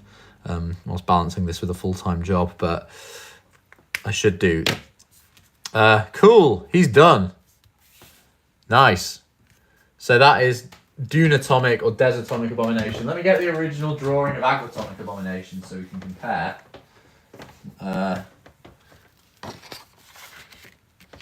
Which one do you like better? Ignoring the Amoeba pods. Don't everyone say they like the Amoeba pods best.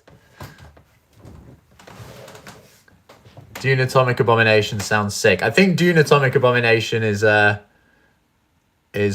to be the name for this guy. Amoeba pod. Stop saying Amoeba pod. Ignore them. Also, another card I've been working on, big sea creature dude. He's fun. Oh, can you make stage X evolvers? Now, this is definitely something I'd introduce if I continue this game past like set 1.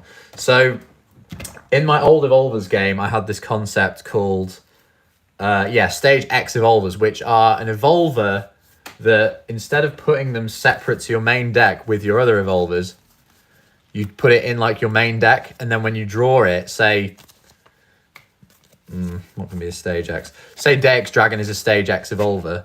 You draw it in your hand, and then whatever stage evolver you're up to, say you're up to stage 3, you just be like, right, I've drawn my stage X, I can play that as like on top of my stage 3 evolver. Or you could play it on top of your stage 5 if that's what you're up to. That's not your stage 5, these are in the complete wrong order. But like just something thrown it, like sort of interacting your deck with your evolvers, I think is cool. Like there's a lot of places I can take this concept as a game, and that really excites me. Like with the evolvers. I'm also going to make like alternate evolvers for different things. So there'd be like, I don't know, maybe by the time the game's done, there'd be like 3 different options for like your stage 1 Doomfin evolver. You could have like Crampole or something else. Then a few different choices for your stage 2 evolver, depending on your strategy. Like there's loads of places this game can go. I think it's going to be really cool. Yeah. Another Onyx. So, it's not Onyx, okay? It's a scorpion, snake, sphinx, desert, millipede character. That's what we've decided. What should I draw now? I'm doing the whole, like, just completely ignoring drawing resource cards, which is what I always do, but they're just a bit less exciting to me. You should draw a sand ant. Draw Dare, please. Well, Professor Dare, I've actually already drawn Dare. There he is. And then I'm trying... So I'm going to go into this in the next video. It's hard to sort of not reveal what's going on, but I'm trying out, like, digital art. So it's weird, but I'm drawing cards by hand, obviously, and then scanning them in and then tracing around them digitally, but to give them like a hand-drawn effect type of look, and the results are actually looking really good. So I'm going to go into this in the next video. Like, the next video, the title is going to be like episode 10, the artwork, like, revolution or artwork rehash. But there's going to be some cool stuff to do with the artwork.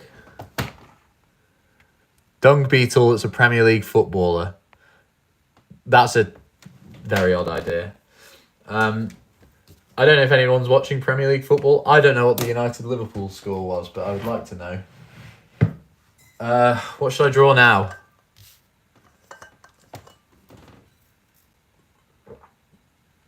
Cactus creature. Okay, I'm going to draw a cactus creature. That is a very cool idea. Cacti are fun and exciting. Give me a second. How long's this stream been going on? Not an hour and a half. It took me an hour and a half to draw one guy. Oh, this is ridiculous. A very inefficient way to do my art, doing it live on stream. I am really enjoying this stream, though. It's been fun.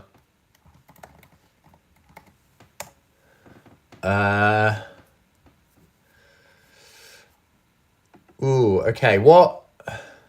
Right, so cactus creature. Now, my automatic thought with cactus creature, I'm going to start it over here, is obviously just like that with a face. And I'm not going to do that. I didn't colour the poison. Ah! Right. Quick. Thank you, whoever pointed that out. Poison coloured in. Grad 198, thank you. A cactus, like...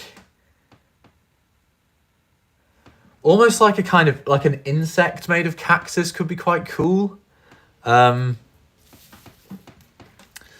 Like, because I think a lot of cacti you see are, like, made of these sort of panels where they look like that, and then they, like, attach onto these other, like, cactusy panels.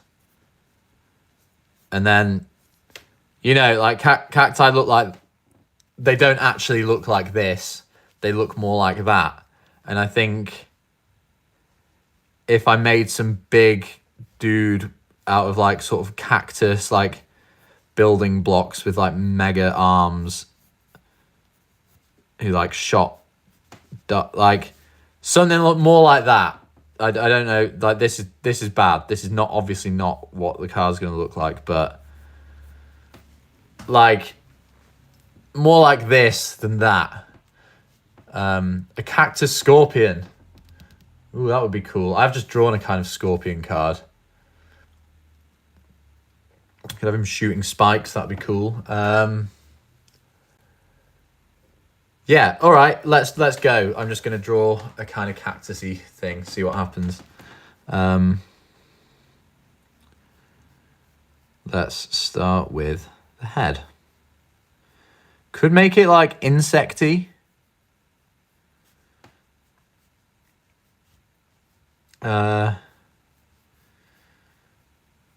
I'm almost tempted to like not do... I am going to do this cactus guy because I think it's a cool idea. But like, I was tempted to make up a fictional desert plant rather than use a cactus, because obviously cacti are very like planet Earth like. And I do want this to be set in a sort of like other universe. So I don't know if I could like make up my own sort of desert plant that's like a cactus but not. I don't know. That was bad. I don't know what's going on there. Oh, what am I doing? This is where the quality in stream really drops. A cactus tarantula. Oh, I could do, yeah, like some sort of thing with a load of legs. I think I actually like that idea of the head sort of pointing down and then giving it some kind of like cactusy neck. So it's going to look like that.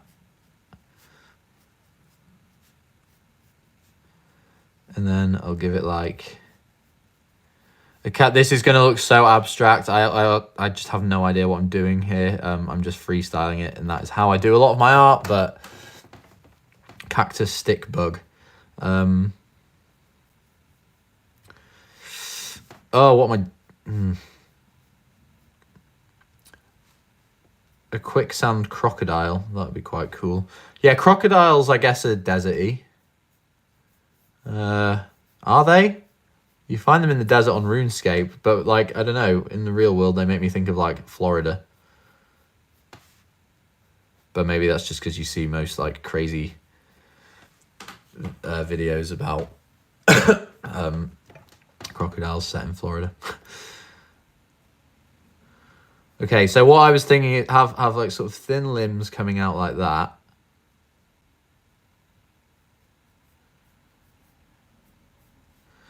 And then have like big sort of cactusy like forearms.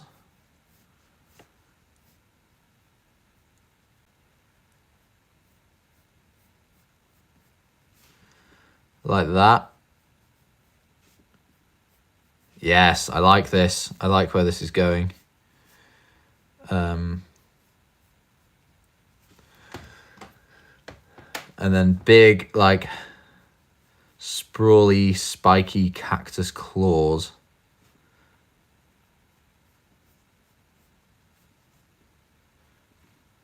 that come out like that.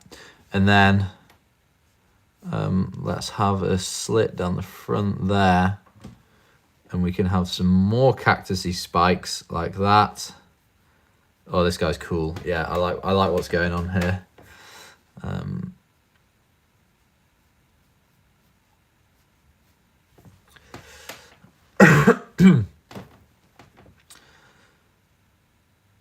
I am recovering from a cold I had over Christmas and New Year's, which is unfortunate because my work was kind of crazy in December. I was like, oh, I can't wait to just chill out, spend time with the family, and then I just got ill immediately. Don't make skinny Gigalith. It is kind of... Oh, I know what you're saying. It is almost looking like Gigalith.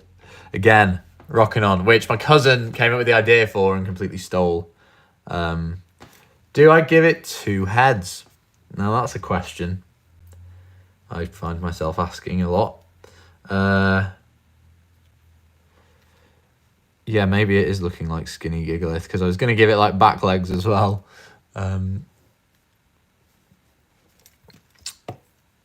Maybe a longer head. Although I wanted it to look a bit like, it's almost like praying mantis-y, I suppose.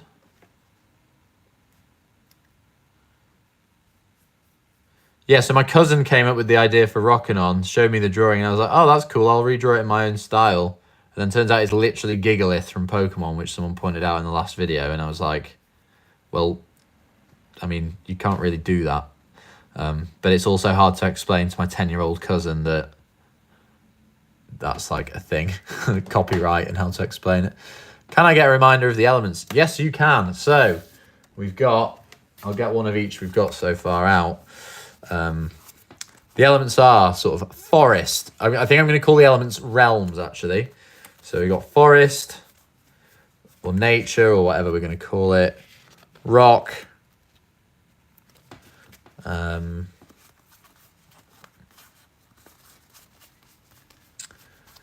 We have, that's all the stuff in that deck. Oops. Water. Where's the water one with art?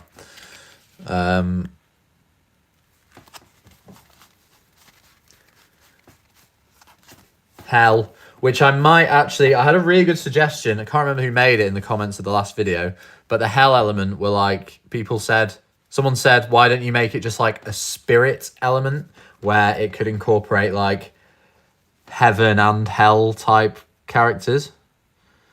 And I was like, yeah, that's a really cool idea. It also adds to like the realm aspect that I'm going for, because I think like a spirit realm seems really cool. One of the bomb cards should be... Okay, so yeah, a lot of people are like, bring back the bomb cards. I am going to bring back the bomb cards eventually when I make a kind of fire deck or fire sort of product for the game. But they're not dead. They're not dead. I know it kind of seemed like they were dead in my last video, but let's give this guy some cactusy spikes to come out of his mouth.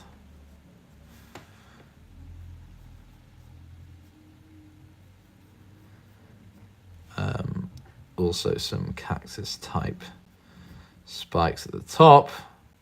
Because I feel if we're making a cactus card, you've got to go as hard as possible with the spikes. Nice. And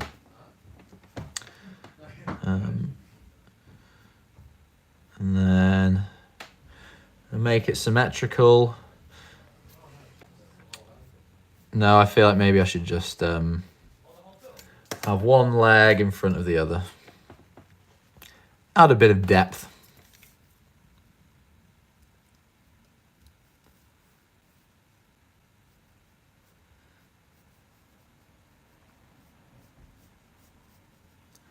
Let's go here. Name it Spike.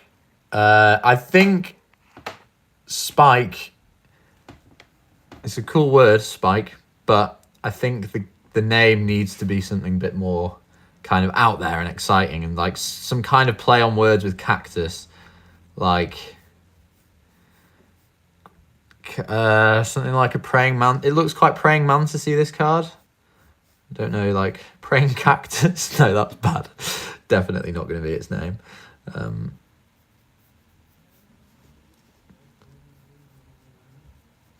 I'll have a think. I'm not going to come up with the name right now. Unless someone has a really good idea in the comments, obviously.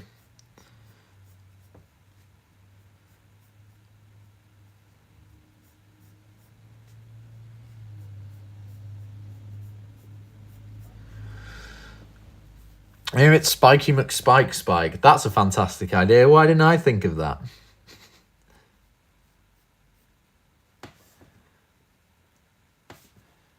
Okay, yeah, we're looking good. I'm happy with this guy so far. He's cool. His neck. Could his neck be a bit more exciting, though? Try and have it like the cactus thing. Oh, I didn't even finish going through all the elements. So there's these water, well, forest, rock, water, hell, sky, and fire so far. But I've not made a single sky card yet. So that's something to look forward to. Praying Camtus. That's what I was thinking, like somewhere halfway between praying mantis and cactus. And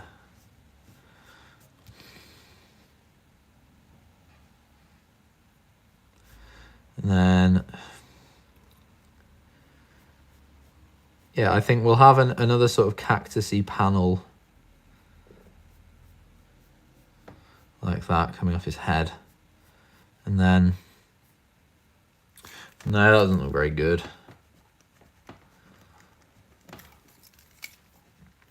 So we've got the back of that like cactus-y panel. And I think the next panel would have to be in front.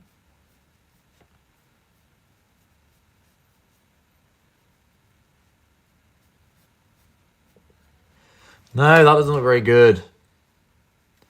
I think maybe I just go back to the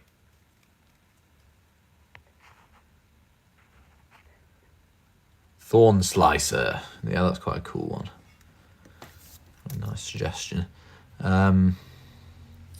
I think maybe I am just going to keep this like a sort of fleshy neck thing that's not cactus related, and I'll make it like the secondary colour of the card. But I'm going to give him like a cool split tail thing.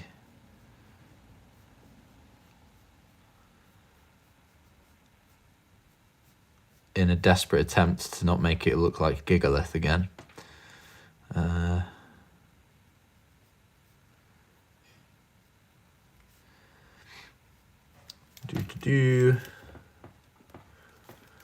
Hey, when's the next episode of this? I literally posted one 2 days ago. It's I'm trying to post one episode every 3 weeks, so it's like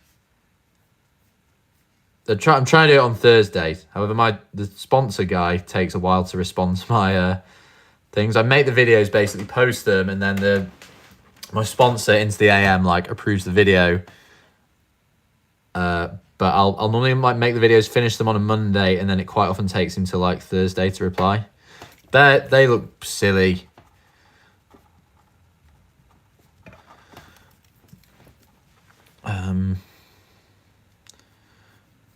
So a lot of this is just me like rubbing out really tiny lines and redrawing them the same. Prickle Mantis, that's cute. Although I don't know if he looks cute enough to have a cute name, if you get me.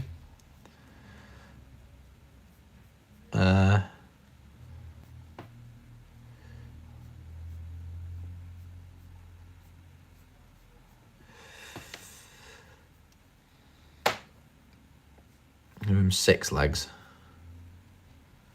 So he doesn't look like Gigalith.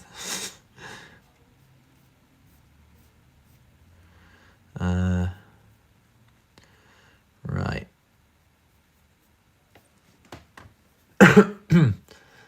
Yeah, I don't know if I want to use the word prickle. What about a flower on the head? A flower on the head would be cute. I was thinking of doing a flower at the back, like a tail, but you're not really going to be able to see that from the angle I've drawn him at.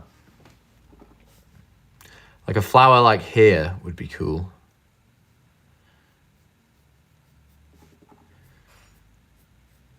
Like a big pink cactus flower. I know, I'll get to that later. But I do like the idea of a flower on the head.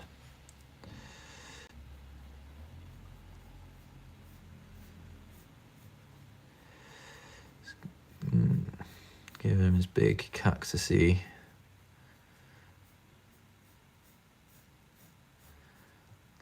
No, that doesn't look good at all. Man, cacti are just hard.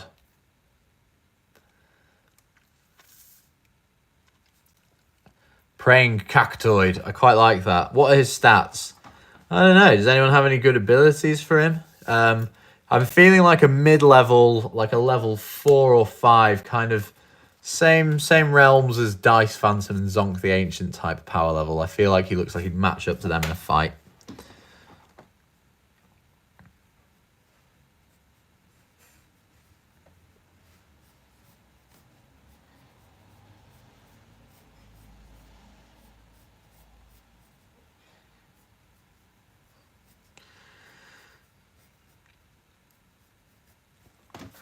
Okay. When killed, half the power of the defender that killed it. I like that. I like the idea of him spiking something. Or it could be more of like a gradual, like once a turn you choose another card that gets spiked and it loses like 50 power or something. Although that would kind of get a bit annoying to keep track of, I think.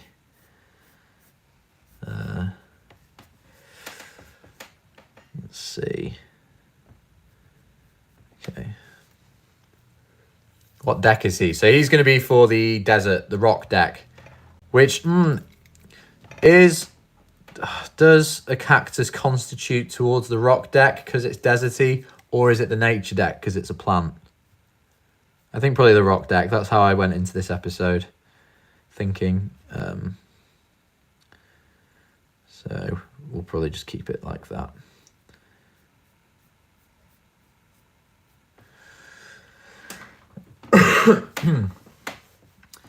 I think maybe the spikes going up the side would be better.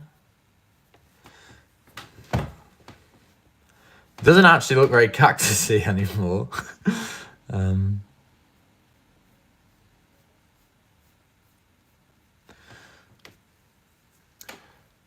Do you think you... what does that say? We need more plants. We do. I love drawing plants.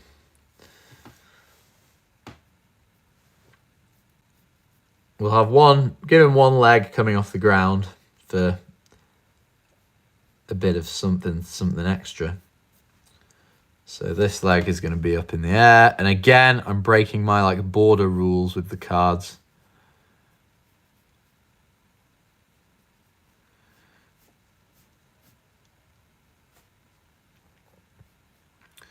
Going over the edge.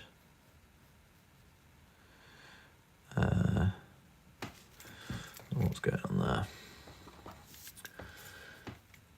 A Venus flytrap, yes. Oh, that's a good... I have made a Venus flytrap card in Chaos Galaxy. Tri-bite. But yeah, I should... Like an actual powerful one. Like kind of... There's Viridius the Devourer, if you guys know that, in Chaos Galaxy.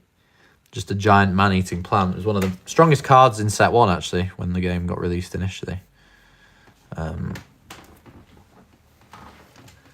Does this look enough like a cactus? I kind of don't think it does. How can I make him more cactusy? Or is he fine just not being that cactusy? Cactusy. Don't anyone quote me on that.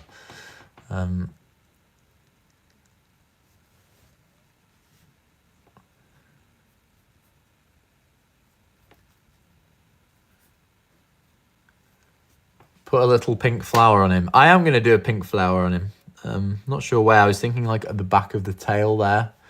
Someone said on top of his head might be quite cute. But that would make him seem more cactusy for sure. Or I could do it on his back. Like coming out there.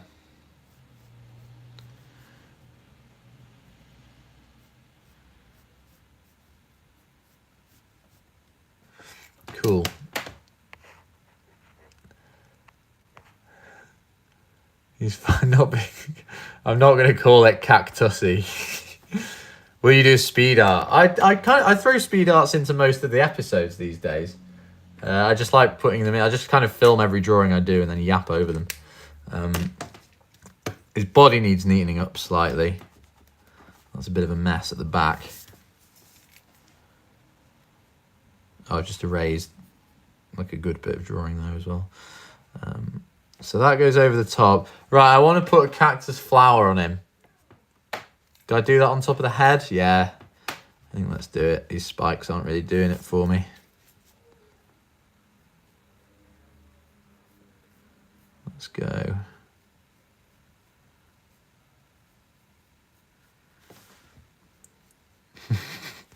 Oh, he looks quite cute.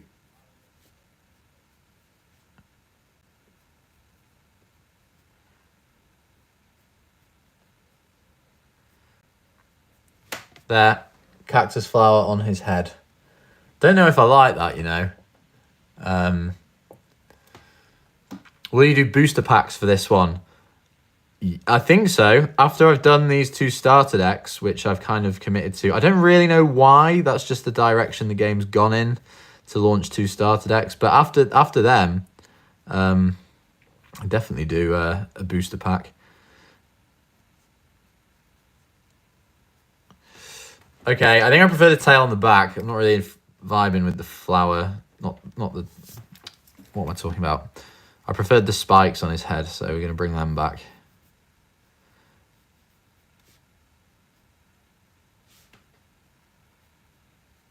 Yeah, defo going to do a booster set after these 2 decks have come out. For sure. Will this be a boss card? I don't think so. I don't think it looks powerful enough to be a boss card. This is going to be a boss card. This thing looks freaking horrifying. So that will be one, but... Okay. I think all that's lacking is some, like, spines, like cactus spikes. Let's get some of them, yeah, going up the sides here.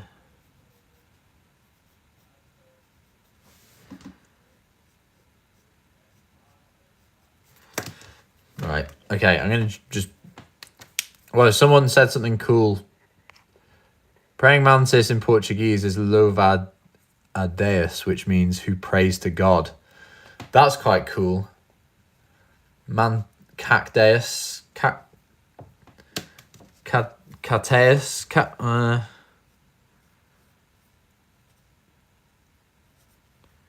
Cadeus. That kind of works as a name, maybe. How many cards will be in each pack? That's something I've not quite got to yet. But the starter decks are going to have 45 cards in, because we're going to do 40 card decks plus the 5 evolvers you get. So you're going to get a decent amount of cards. One thing in Chaos Galaxy, my old game, is that the decks are only 34 cards. Just by the way, like the printing company did them. And I don't think that's enough. I would have liked to make them 40 card decks, but didn't happen. But that's okay.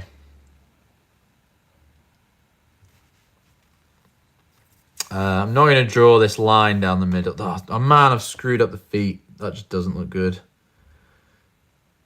It's alright, that's going to be a Photoshop fix later. I've really screwed this up. Live playtest, but it's chat versus Zach.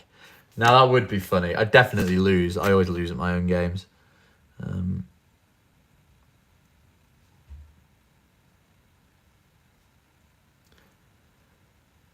But I'm definitely going to do some playtests on either Untap, the like free online card game site, or Tabletop Simulator, because I think that's slightly more accessible.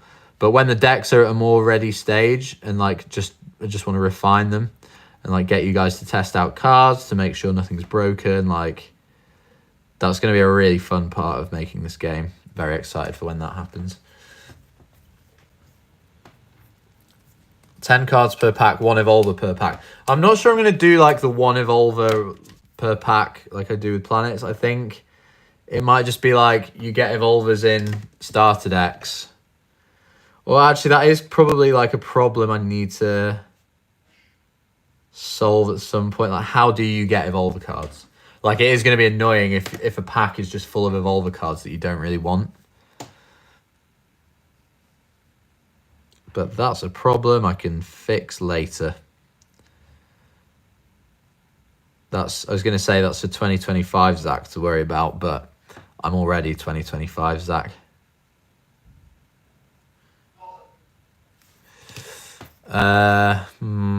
These claw, I'm going to redo these because they don't look like cactus spikes.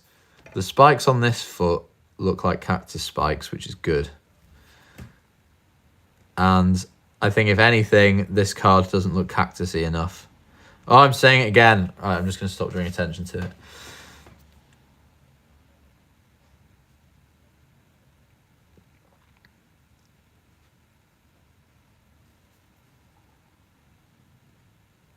There we go.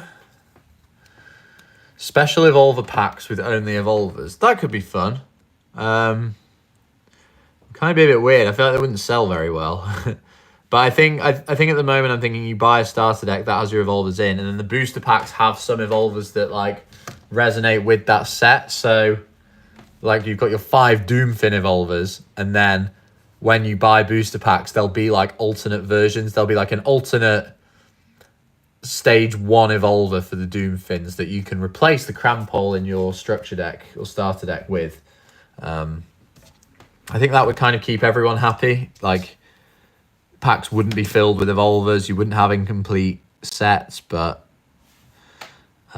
you could still, you know, there'd be like a lot of strategy, and like some Evolvers would be chase cards.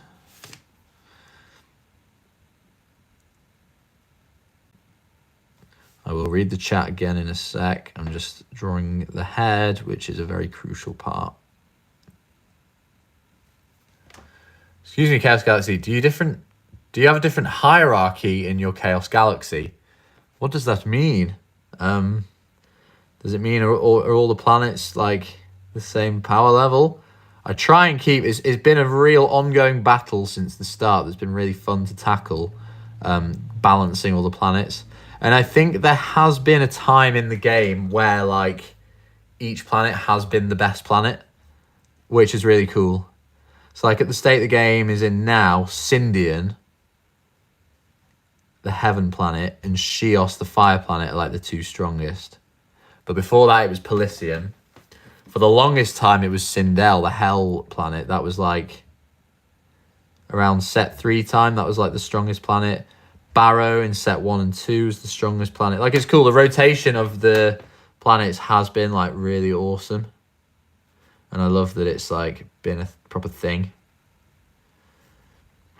But it's very hard to balance. Like, try and please the fans and like make everyone happy with the balancing of the planets. And they of course fall off. Like, when one becomes more powerful, obviously just naturally the others get less powerful, and it's constant like plate spinning act. What's Vincent Haynes saying? Maybe like 2 items per pack. Yeah, that'd be good if you could separate packs so you get like one kind of boss card. Or, oh wow, someone just donated. Puggy, can you make cute little monsters based off sushi for the water deck? Name it a Sushinator. Yeah, that's a really cool idea. Thank you, Puggy. I'm going to write this down. With my other cactus prototype drawings, Sushi Monster.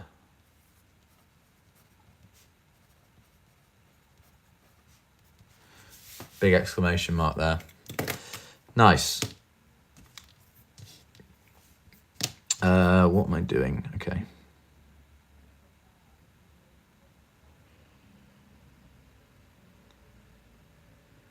Drawing cactus guy. Oh, I've messed up the legs. I'm flagging. I do kind of get this after drawing for like 2 hours. Oh, it's like exactly 2 hours. My concentration can kind of go and my drawings get a bit sloppy. So I think maybe after this guy, might end the stream. It's also like 8 p.m. in London where I am, and I've not eaten my dinner yet. So, but I've enjoyed this. This has been really good. It also forces me to draw stuff like quite often when I do drawing sessions, like I'll get distracted by my phone, or like just go and make a cup of tea out the room or something. Obviously, because I'm British, I have to have tea constantly on flow.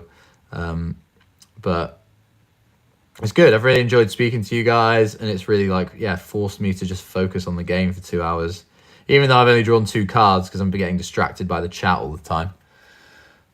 Someone wants to know how to start a TCG. Now, isn't that a question? The way to start a TCG, it sounds dumb, but just do it. Like, you can spend so much time planning and trying to make like the perfect game, worrying that things don't work. But the only way you're going to know if something works is if you try it. So the first thing I'd do is just put pen to paper, write down a super simple set of like bullet pointed rules that you can like have a game with like a friend with, and then just make some cards. Literally, I'm talking like cut out sheets of paper. Honestly, just like write on the back of cards like card X 500 stat, whatever, level 4, give it some kind of ability. Just make like 50 cards like this, shuffle them, and just start playing.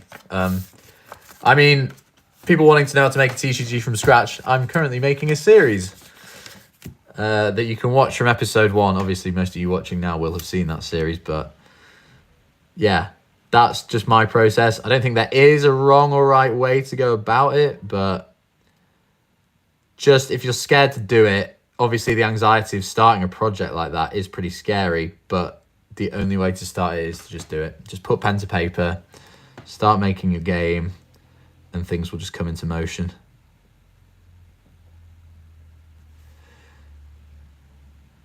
Okay, this guy, I like him. He's not looking too cactus-esque.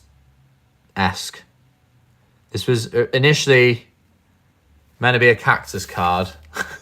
Version 1, version 2, and now it's turned into like this big insect. But this does look like deserty, and it looks pretty powerful, actually. I started off thinking it would maybe be like a level 4 card, not too powerful. But it's looking good. Happy with him.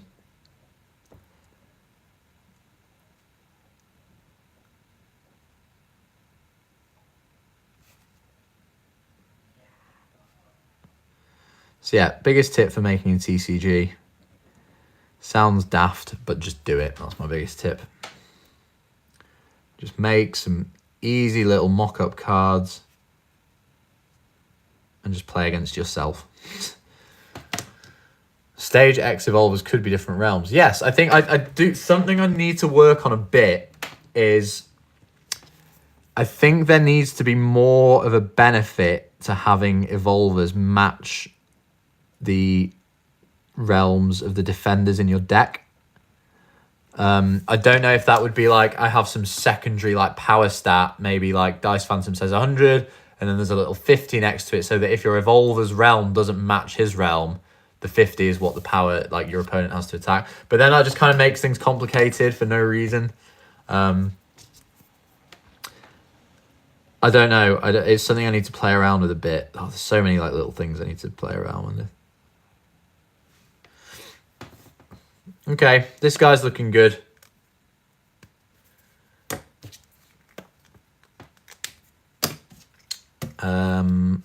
Praying Cactus. I don't know what the name's going to be for him. But so after I do my drawings, if you missed me doing the first one, Techo. Do you know what? I quite like that name.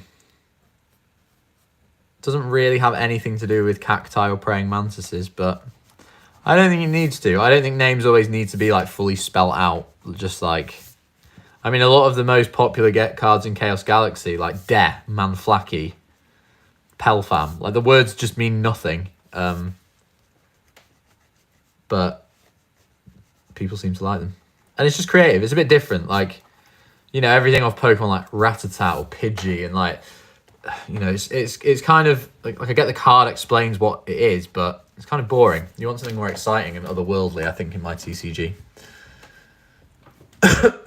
Man, Flacky, my goat. Professor Det, I'm currently sort of working on a TCG, but I'm having issues with motivation, especially since art is such a big part of games. Any way to get the motivation to keep going? That's kind of a tough one for me to answer because I'm very spoiled in the sense that when I'm lacking motivation, I just like kind of look at YouTube comments, like look at the positive comments that people are giving me, and that, you know, like seeing that people get excited over my game is what drives me to keep going with it, and I think why I've been making games for so long.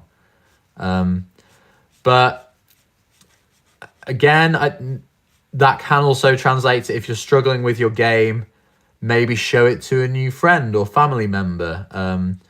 Just be like, hey, I'm working on this game.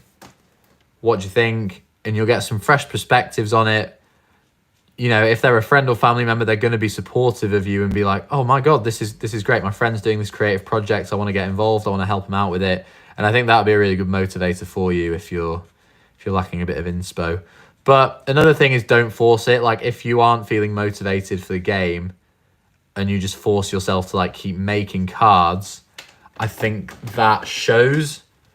So the cards that you do make, if you're forcing yourself to do it, not out of fun or a place from your heart, the cards are going to look kind of uninspired. And I think there have been times in Chaos Galaxy where I've done that, and especially in set 3, which is my least favorite set in terms of artwork.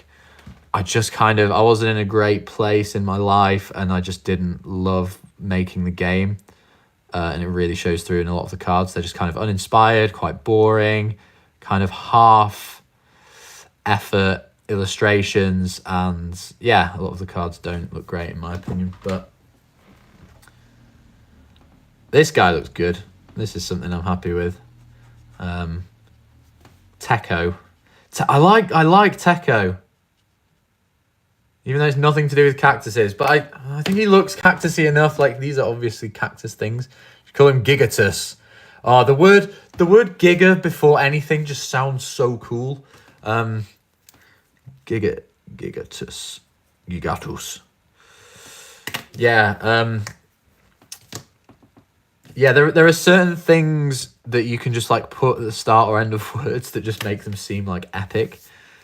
Giga is one of them. Kind of, I guess the best example of this, or the most classic example, is just putting X on the end of stuff, like Charizard X just makes it seem cooler. But Giga is another one.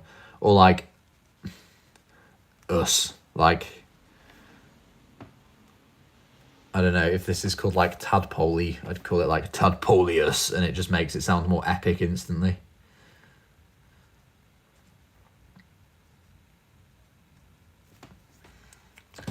It looks like Onyx. It doesn't look like Onyx. It's a freaking... This is just a meme for the game now. I'm getting triggered by this so easily. It's a praying mantis made out of cacti. It does not look like Onyx. Couldn't look less like Onyx. Where's my purple pen? Okay, one thing, this is good. I like how this has come out sort of very colourful, because I think with a lot of rock cards, it's very easy to just have everything look brown. So, I mean, I'm very conscious of like making rock cards. I always try and throw a bit of colour in, like some green in there and like the yellow highlights on these guys. Because no one just wants a deck full of like brown rocks because they're pretty boring. But yeah, I think this guy works. Like, this guy doesn't have any brown on him. I'm going to do his sort of thinner limmy parts in this lighter green colour. I think that works nicely.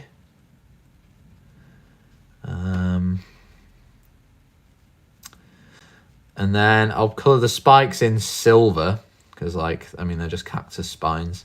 Oh, I've forgotten to colour in his back legs. It says, hey, can you make a monster for me? Can it be a pug? Because I lost my dog a few days ago. Oh, Jake, I'm so sorry about your dog. That sucks. Losing a pet is always really hard. I'm sorry about that. My cat Bob died last year, and I'm still a bit cut up about it, but it's just part of life. And a pug card. I've never thought about doing a pug card before. I guess I've done kind of dog style cards. I could definitely do a pug card at some point. I think after this card, I may end the stream because it's been 2 hours and it's getting late here in the UK. So I need to have some food. Okay, and then very green so far, but it's not Scyther. Yeah, I guess it's not. Make a pug monster. Oh no, I've been donated $5. I need to make the pug monster. Thank you so much, NMR. Really appreciate that. What am I eating for dinner? Isn't that a question? Okay, I've reserved next stream. Sushi Monster's happening.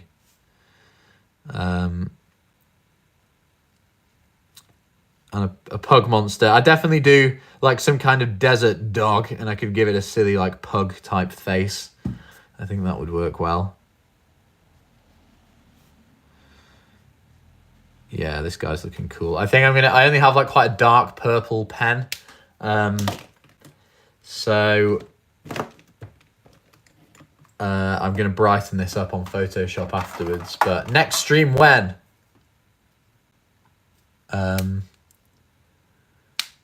I do want to do streams more often. I've really enjoyed this. I'll be honest, I was really nervous going into it because just drawing stuff, making things up on the spot and drawing them is kind of hard. And I enjoy it as a hobby on my own. But when I've got like 100 people watching, 106 people, it gets kind of nervy.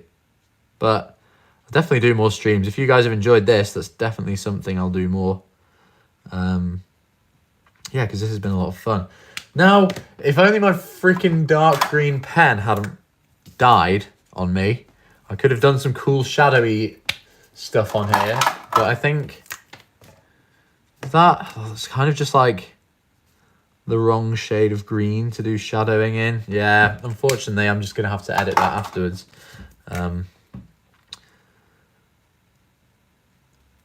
But I feel like some sort of cage monster that traps dice in it for the Hell Realm. That'd be cool. Yeah. The Hell Realm, like, drawing Hell cards is just fun. You can get really sort of let the dark side of your imagination come out when doing that. Really love it. But unfortunately, they're not the first decks that are coming out, so...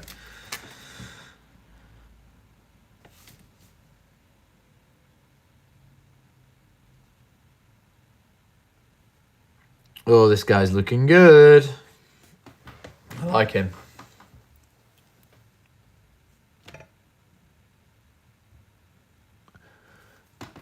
Any more questions going? I missed your donation ages ago. So well, thank you, Muffin. I really appreciate that donation. Like I said, it's been hard to stay on the chat because I'm trying to stream and draw at the same time, and drawing is obviously an activity you need to constantly be looking at to be able to do. So thank you so much. I'm so sorry to everyone whose messages I missed, but as I just said, I've really enjoyed doing this stream. I'm definitely going to do a few more of them because this has been a lot of fun, and it's always nice to chat with you guys, hear about your TCGs.